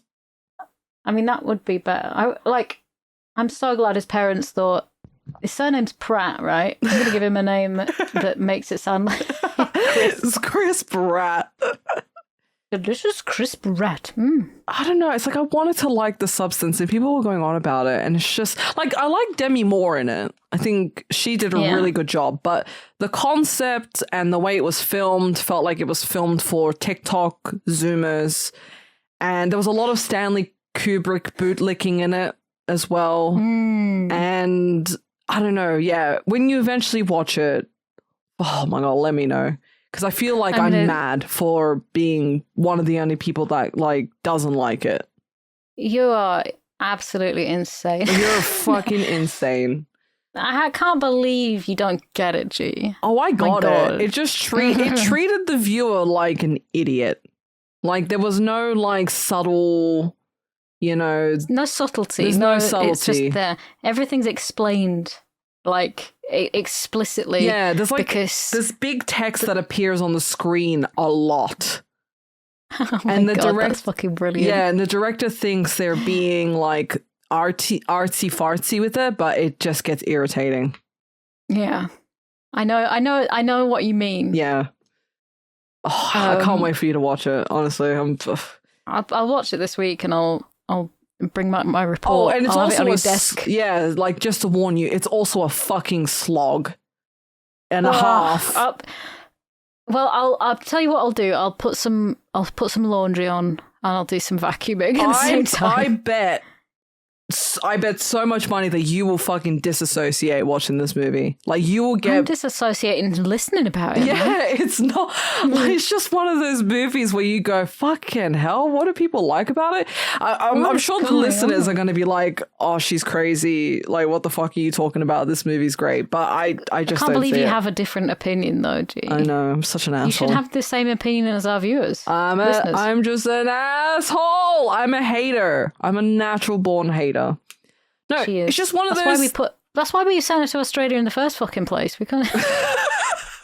I'm back, baby. You can't keep me away. She keeps coming back. It's like no country will take her. Cyprus, nah, get rid.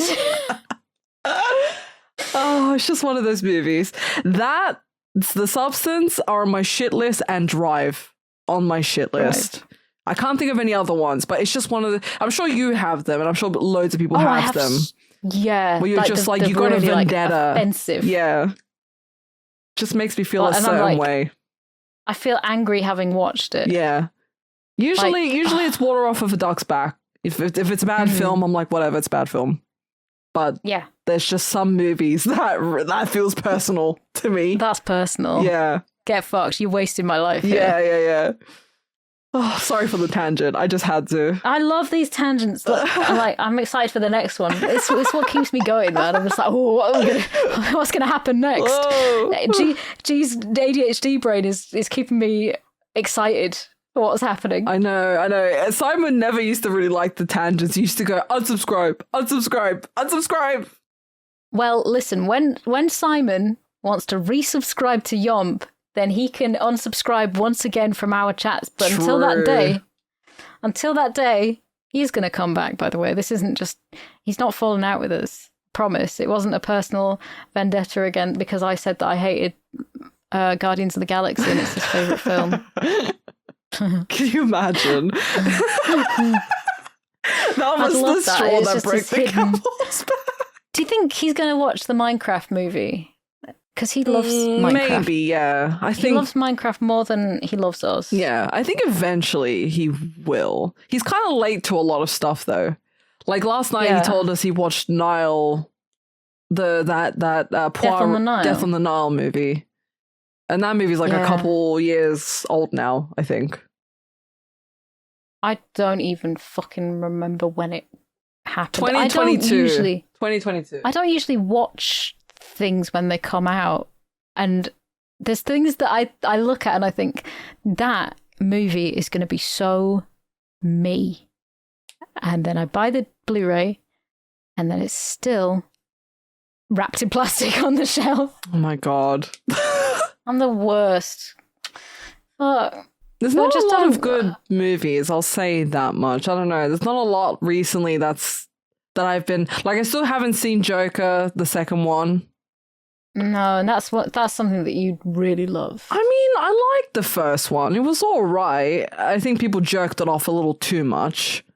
But I think apparently he ruined the second one or whatever. And it's a shame because I love Lady Gaga. And I don't want her to be the reason why it went tits up or whatever. Yeah. And I tried to watch Gladiator 2 and it just felt like a movie that didn't need to be made.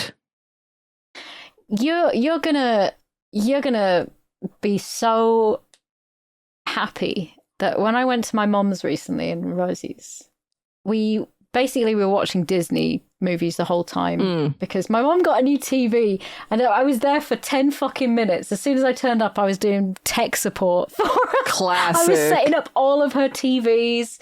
I was signing her into things. I was making, because everything's bullshit these days. I was unwrapping it. She got a video of me unwrapping the TV from plastic going, ooh, look at this, because I get to pull all the plastic off it and I love it. We watched The Princess Diaries. Isn't that on? Yeah. It's on your list. But Rosie insisted that we watch it. So I'm going to have like good opinions. Like I'm going to pay attention. That was like the second time I've watched it. No. Yeah. I think I remember you saying you'd like I have seen it. Yeah. And then we watched Freaky Friday, Hercules, Mulan. We watched the fucking works. It was hell. I just let me watch something other than children's animated film, please. Just once, Rosie, please. Please, Rosie. The thing you have to know about Rosie is that she gets her way. Okay. But then I remember recently I had a conversation with her. She said, I watched I Spit on Your Grave, and I went, oh, what, the original, the remake? She was like, the original. I know it's a bit controversial, but I did really like it. And it's one of the video nasties about like revenge from this girl that gets raped. Oh, Jesus. She was like, I really enjoyed it. And I was like, okay. Oh, God. And then Boba was talking about, what film was it she watched? And she was like, there's just so many tears. And I was like, yeah. Just like, that's my kind of film, baby. That's my kind of film. Really, really stupid. We should have a tit counter whenever it's like one of your films. We should. Like this needed a tit counter. It would. Oh my God! It needed a tit counter and a shag counter. Yeah. Like how many sex scenes are there here? Yeah. We should do that. We should absolutely do that. Because if it's a boof film, that's what's going to be included. There's going to be a tit. At least a single tit. Oh, Boba was watching Return of the Living Dead. And Boba didn't. She was like, I tried watching Return of the Living Dead, but it was ? A naked woman a lot ? With huge brozonkas. And I said, yeah. Yep. That's about right. That's about right. Yeah. So we have, obviously, I always have really in-depth conversations about films with my friends. Rosie's like, yeah, that film's great. I just love cinema. I love movies. I love TV shows. It's wonderful, weird, wacky. I'm obsessed. When you watch a movie, you want to be transported and you want to feel like you're in it and you're being immersed. And that's what movies do. It's a beautiful, beautiful thing. I love it. It makes me so happy. It does. And I'm happy to talk about it with you. And then go off on a tangent for like 20 minutes. I'm not talk about the film. I don't know how we got here. There were some things that happened. But so Willem Dafoe, Bobby Peru. He shows up to their little shithole, a hotel room. Yeah. And he says he needs a piss. And I do have a bit of trivia about that. Okay. He drank loads of water beforehand. He's genuinely having a piss. But that toilet is not plumbed in. So somebody had to clean it out.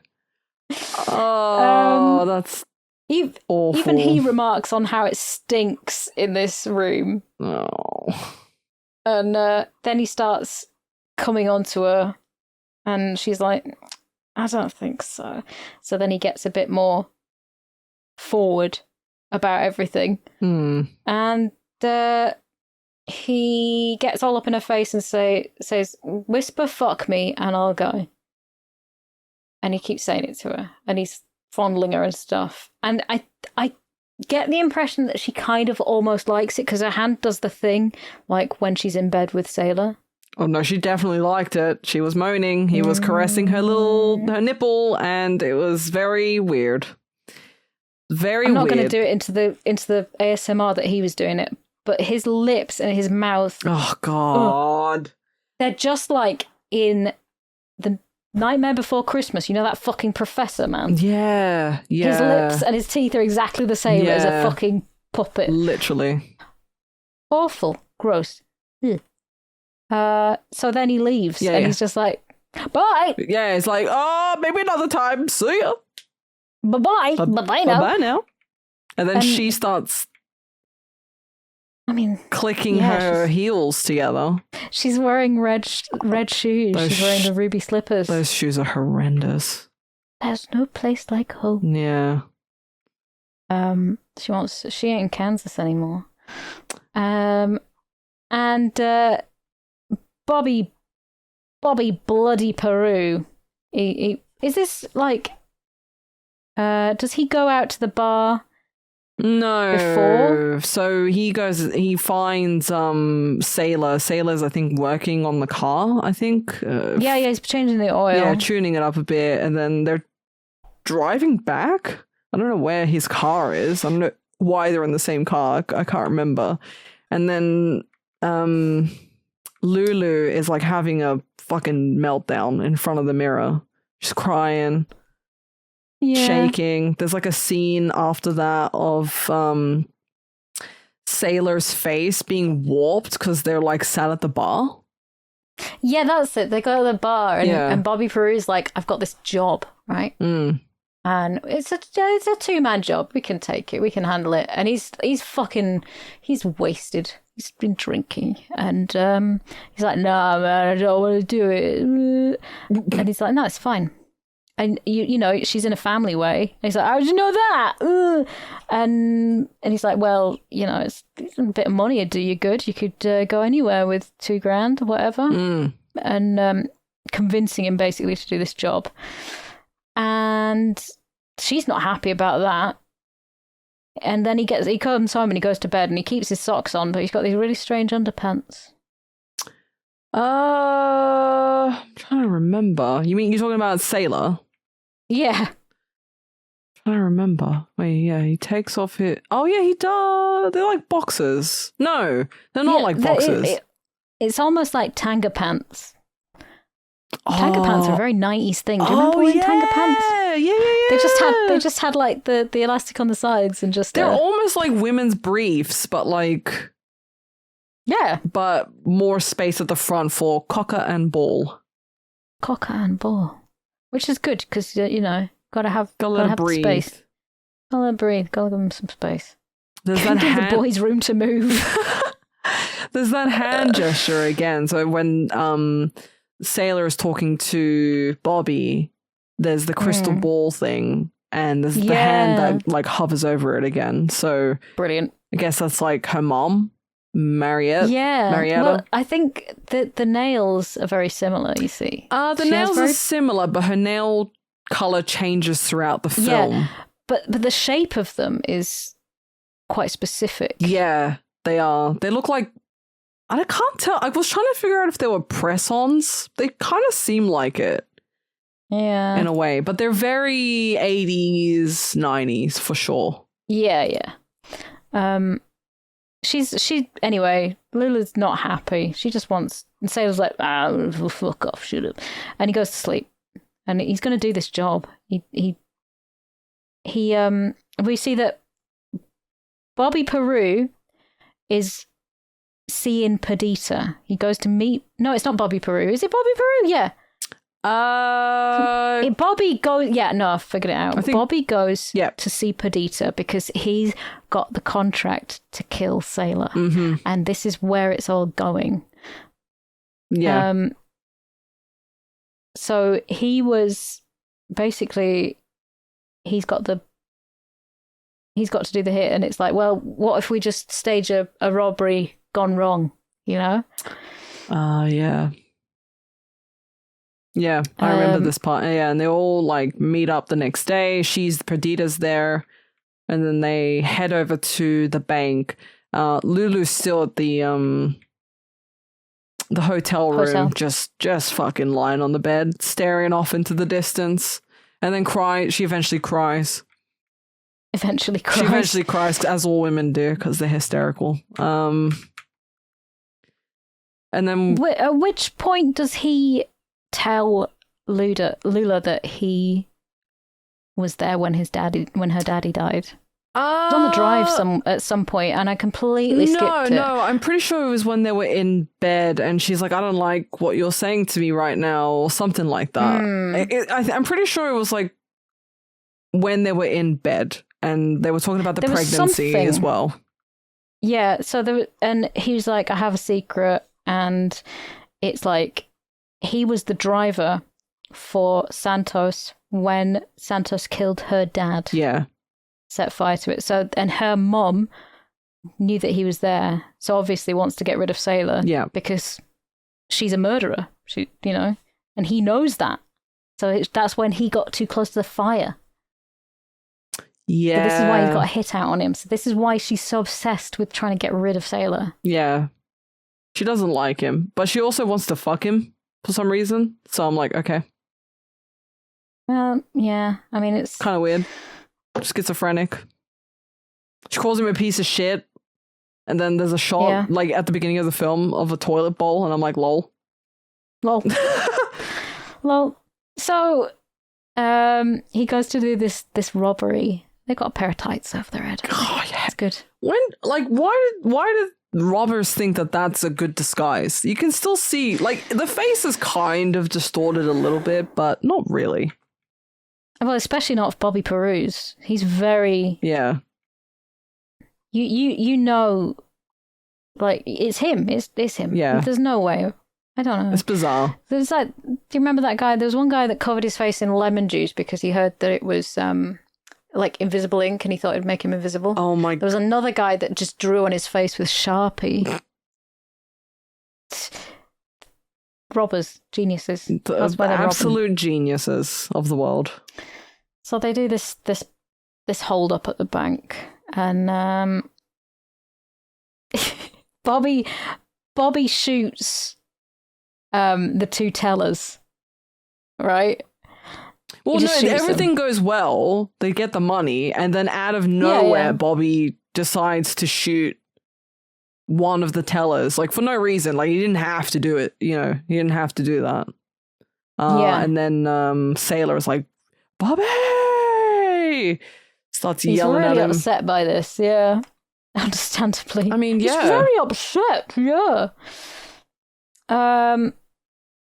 So this is like him starting to show that it's like, oh, it's a robbery gone wrong. He's going to shoot him in the face. And there's dummies in Sailor's gun.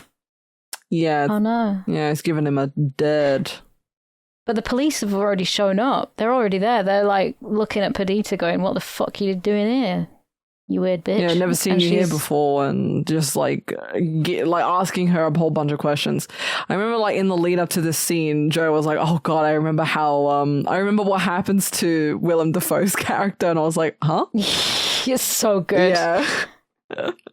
There's so many points in this film that make me laugh. That made me so laugh. Hard. That got me going. I was like, "What Basically, the fuck?" Both of the people in the bank, I don't know whether it's a bank or just like a store that they're holding up. I can't remember. I mean, there's bars, I think, so it seems like a bank of some sort. It's very Western-ish. Yeah. He's so he shot the hand off one guy, and the other guy's wandering around. He's been shot too, and he's like, they can sew it back on. They can fix it up. It'll work good as new. And then it just cuts to a dog running off with a hand. I love that shot so much. Oh my God, it's so good. It's wonderful. So Sailor gets out of the building, and Bobby follows with his shotgun. He's a madman. He's having a great time. Sailor's off.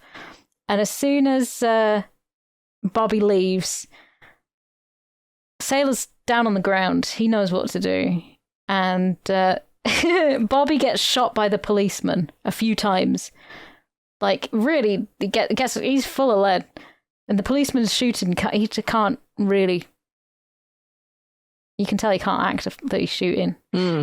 But Bobby falls to the ground. The shotgun faces upwards and goes off, exploding Bobby Peru's head inside the pair of tights. It hits the wall, it splatters everywhere. fucking incredible. Yeah, I had to like stop and stare at the screen, and I'm like, holy shit, did that actually happen?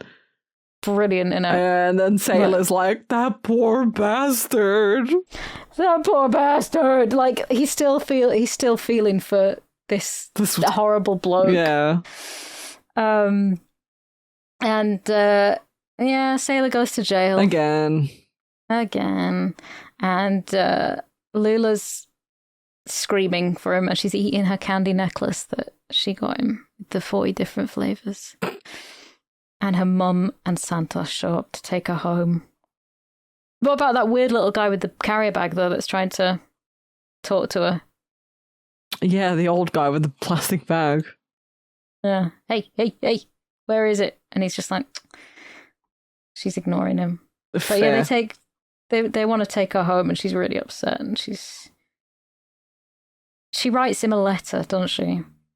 Yeah, and he's reading it in his cell. Yeah, she's keeping the baby. She's going to call it Pace. Whether it's a boy or a girl. Great name. 10 out of 10. Pace.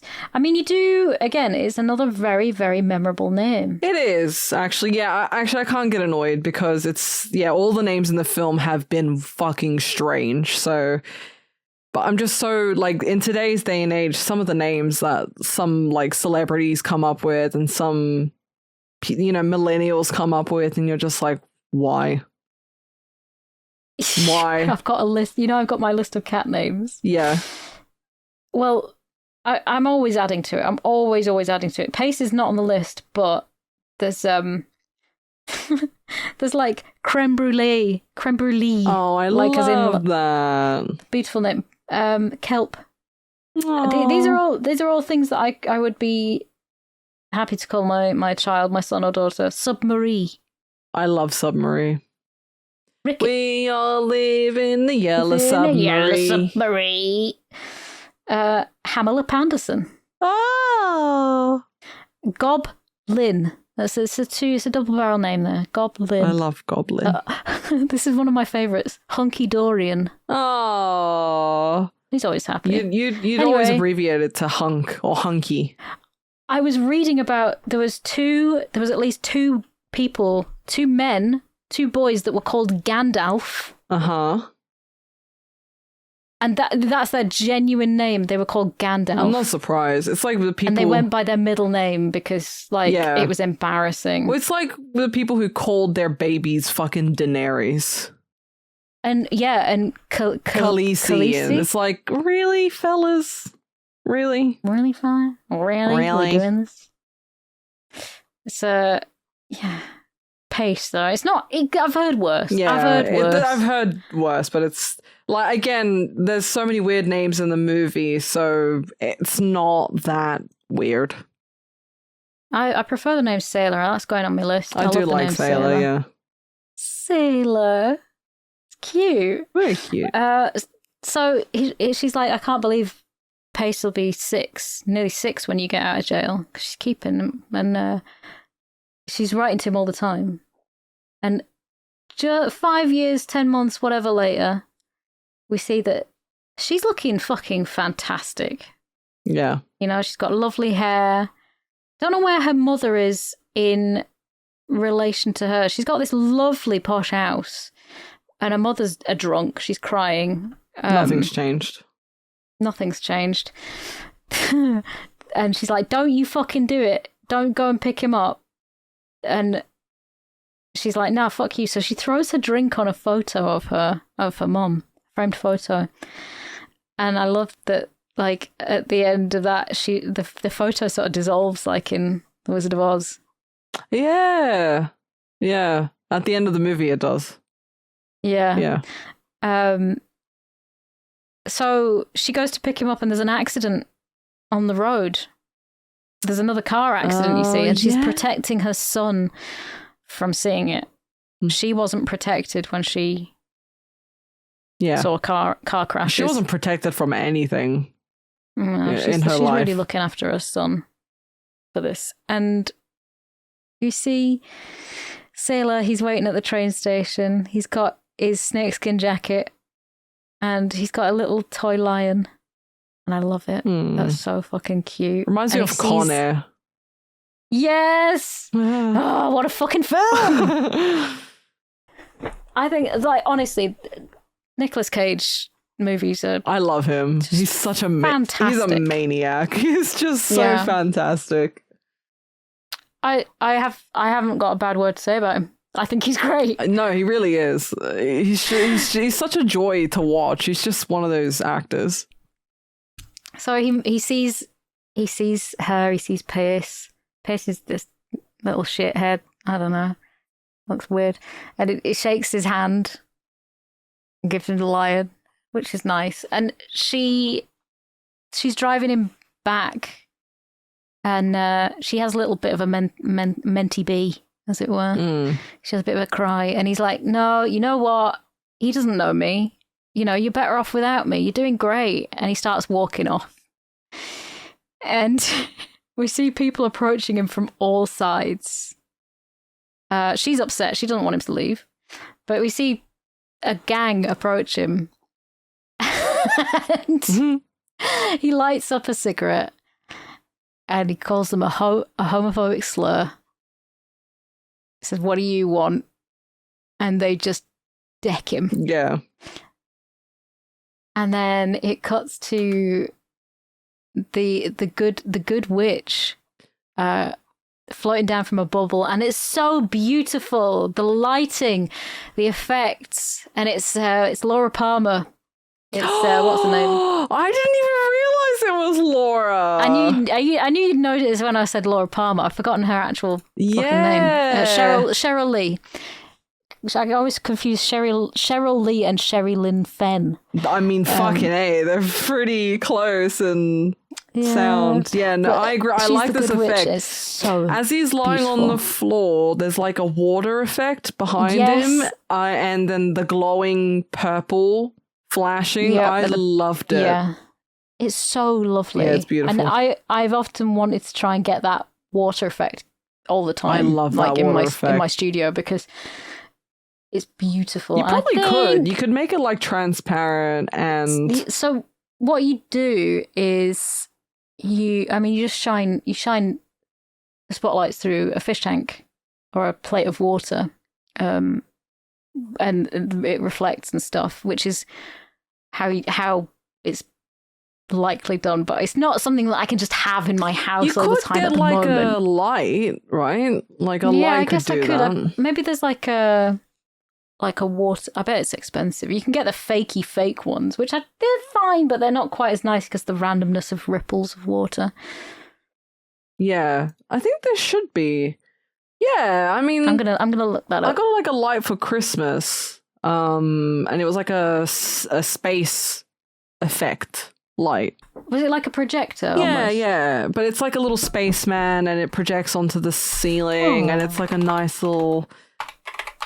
There's definitely water ones though, because I can see on Amazon. Oh yes. Oh, I'm looking at some of these. There's the. Oh, they're big. You can get I can get some little. Ooh. Oh, there's dynamic some really wave wall. pretty ones. I bet we're looking at the same sort of thing. Oh, The one behind the sofa. Yeah. Oh, that's so pretty. So you can get like gels that it moves around. Yeah. Equinox water wave, 50 watts. That's Mate, so that's cool. I want a fucking spotlight. Oh, I'm putting this on my wish list to Santa. Santa, please, I want this underwater light. Oh, it's so How much is cool. that? I love that kind of lighting. It's only 100 quid. I'm getting that. It's just a big fucking spotlight for oh, it's beautiful. Mate, There you I'm go. gonna have the best. I'm gonna have a fucking party house because I've already got a fog machine, which I don't use. fog machine. Of course, I've got a fucking fog machine. I'm mental. I've got two different kinds of fog, the different fog densities. You've got your lighter fog. I like the fog that sort of sits on the ground. What I want to do, I want to have it running down my stairs like a waterfall, and that's how I want my staircase to be. You are so extra. I love it. Literally, like you are so extra. I want glass blocks, and I want a circular bed, and I want this water effect, and all the time, and I want loads of plants, and I want a man to just serenade me every night. And I'd just be like, who the fuck are you? Oh, fuck's sake.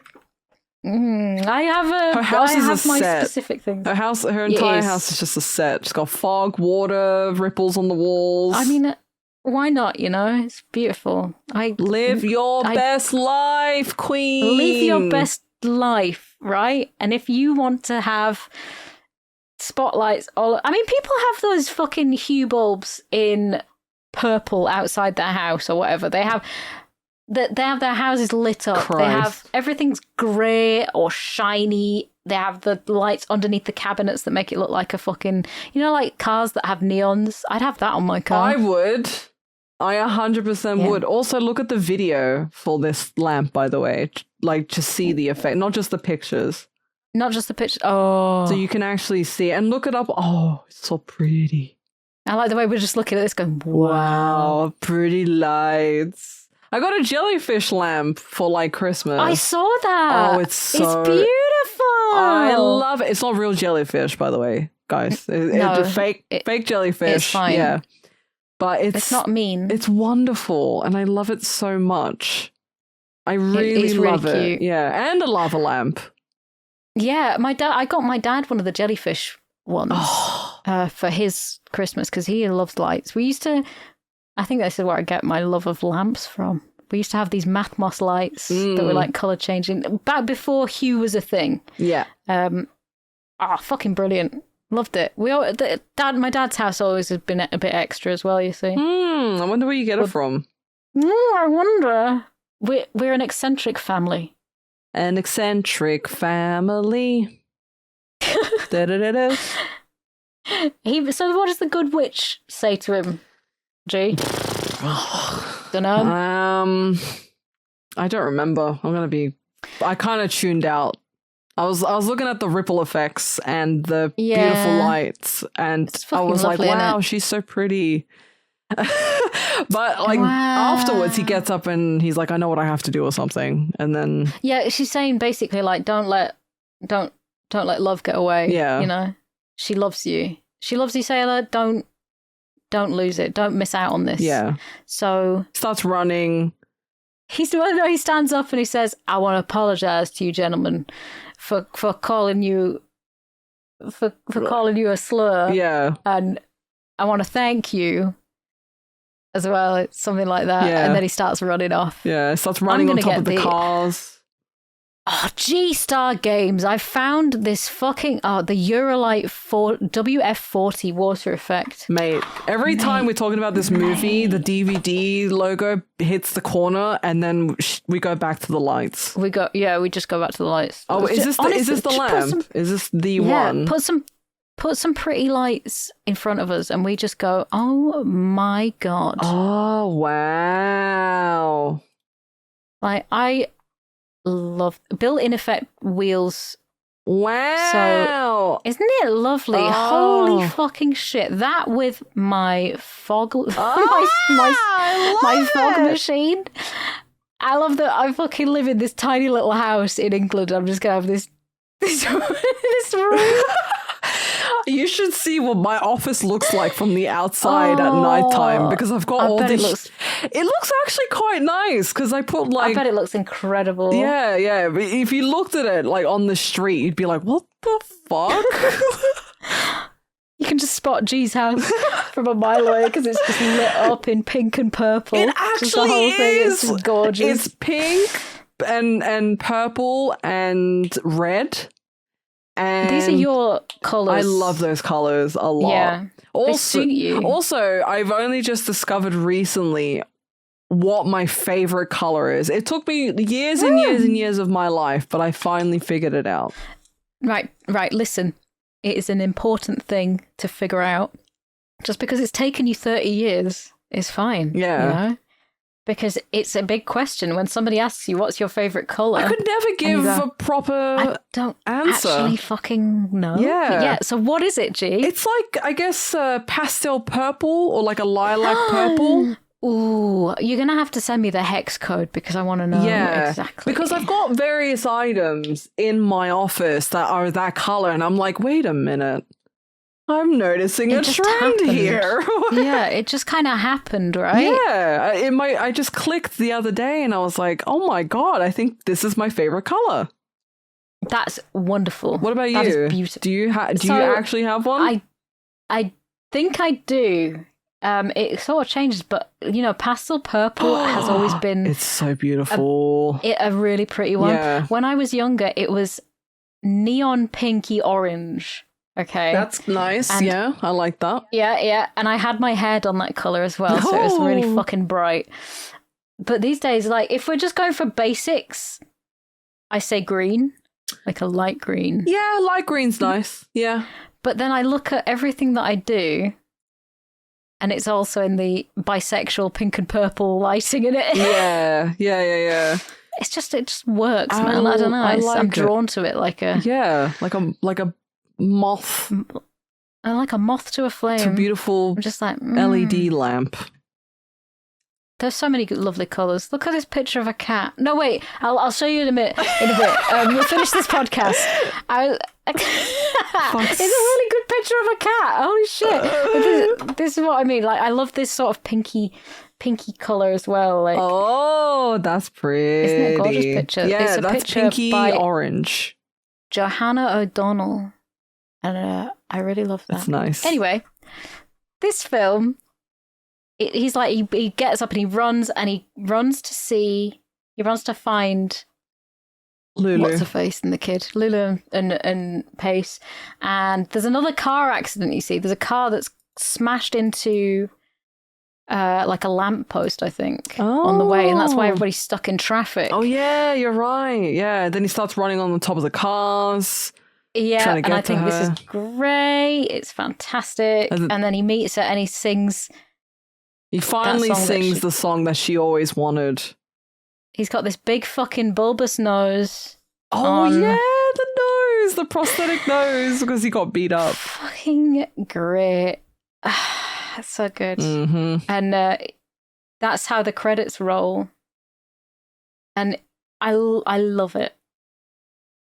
Just, it's a perfect ending. Yeah, it's pretty good. Yeah, it works. So there you go. Wild at Heart. And Weird on top. Well, what do we think? I mean, I give it... We're doing ratings out of 10, right? Yeah, it's 10. Yeah. So I'd probably give it a 9 out of 10 for me personally. Damn, girl. Like, I can't think of many things I don't like from this film. It's just good. It's just a good fucking time. I have a nice time doing it. Mm. Yeah, there are some weird choices, but I enjoy it. And I don't want to seem like I enjoy it because I'm really fucking pretentious, but like, it's a really it's good not film. a pretentious movie though. Like, it's one of his least, artsy fartsy ones. Yeah, I would say. So yeah, not at all. What did you think, G?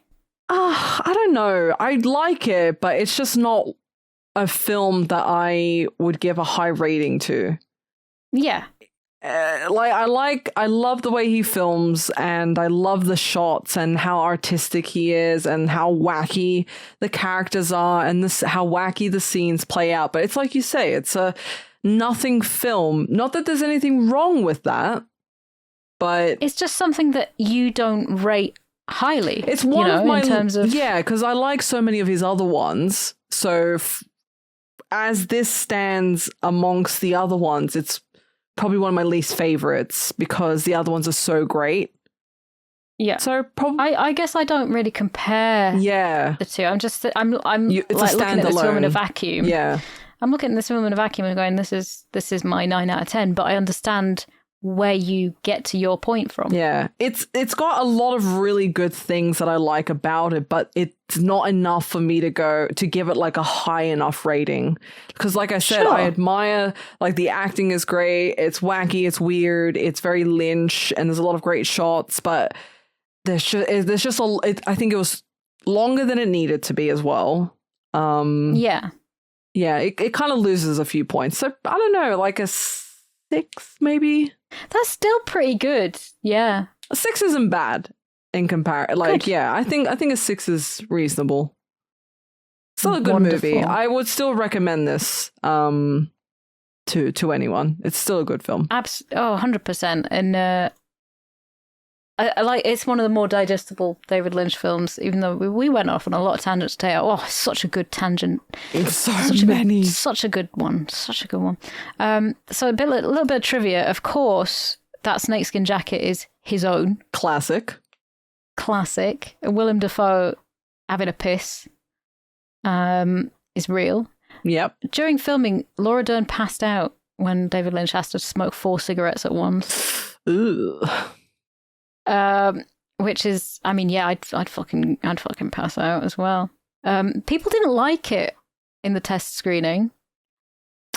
He estimated that 80 people walked out of the first test screening and 100 in the next. I wonder why, though. I don't know.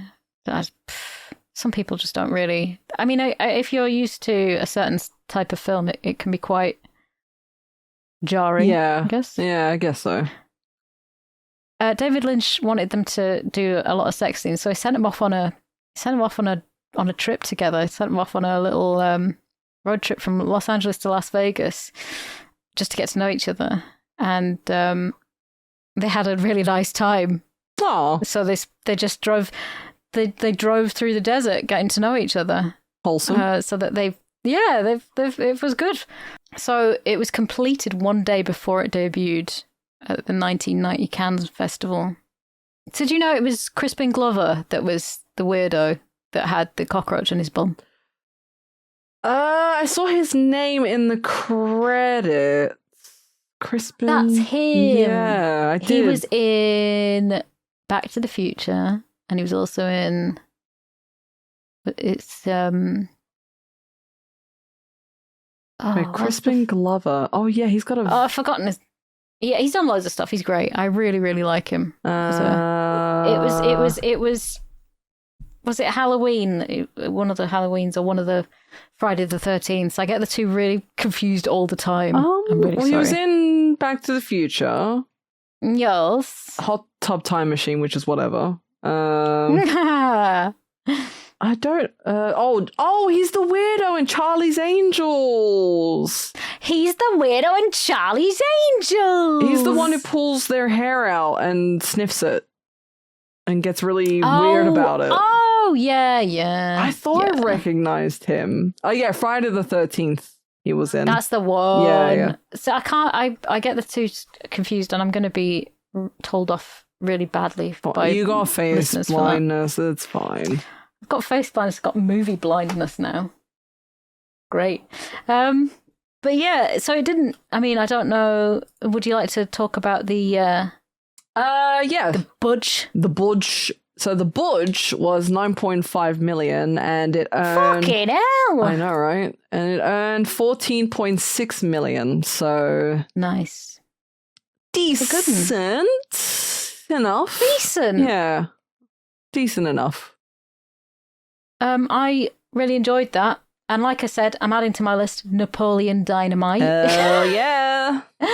Another nothing film, but it's. I mean, I've got the DVD out. It's on my DVD player. I'm waiting to watch it. So, obviously not this week because this time around it's a G-Star pick. It is a G-Star pick this week. So I think I'm going to replace a couple of films that are in there. Okie dokie. So we'll stick with Crocodile Dundee. Yes. I'm going to put Drive in there. Drive? What you were saying you hate it. I hate it, but I need you to experience why. Yeah, I understand. Yeah. I'm going to put Blade Runner 2049 in there. Oh, okay. Yeah, Have you ever seen it? I have. Okay. I haven't seen it in a long time, though. Yeah. So, again, I'm just putting... yeah.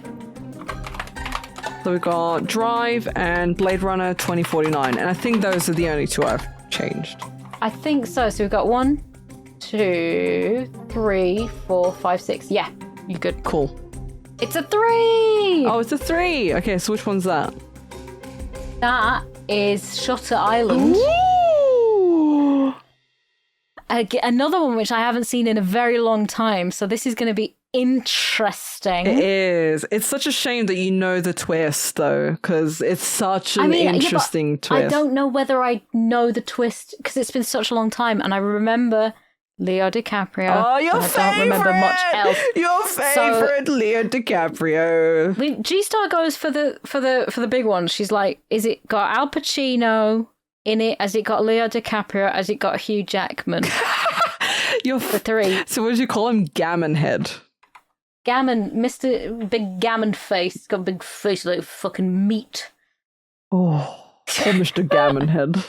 Poor Mr. Gammon head. Well, that's the film that we're going to watch. Also, I'd love to ask some listeners, of any guests that they might be interested in joining us, because we would love to share our tangents. We need an anchor. We need somebody to rein us in. Guests would be brilliant. So if you do have any suggestions, please let us know. And until next time, we're so good at signing this off, aren't we? We're so good. We're so organized, and we know our shit. Well, it's been a joy as always.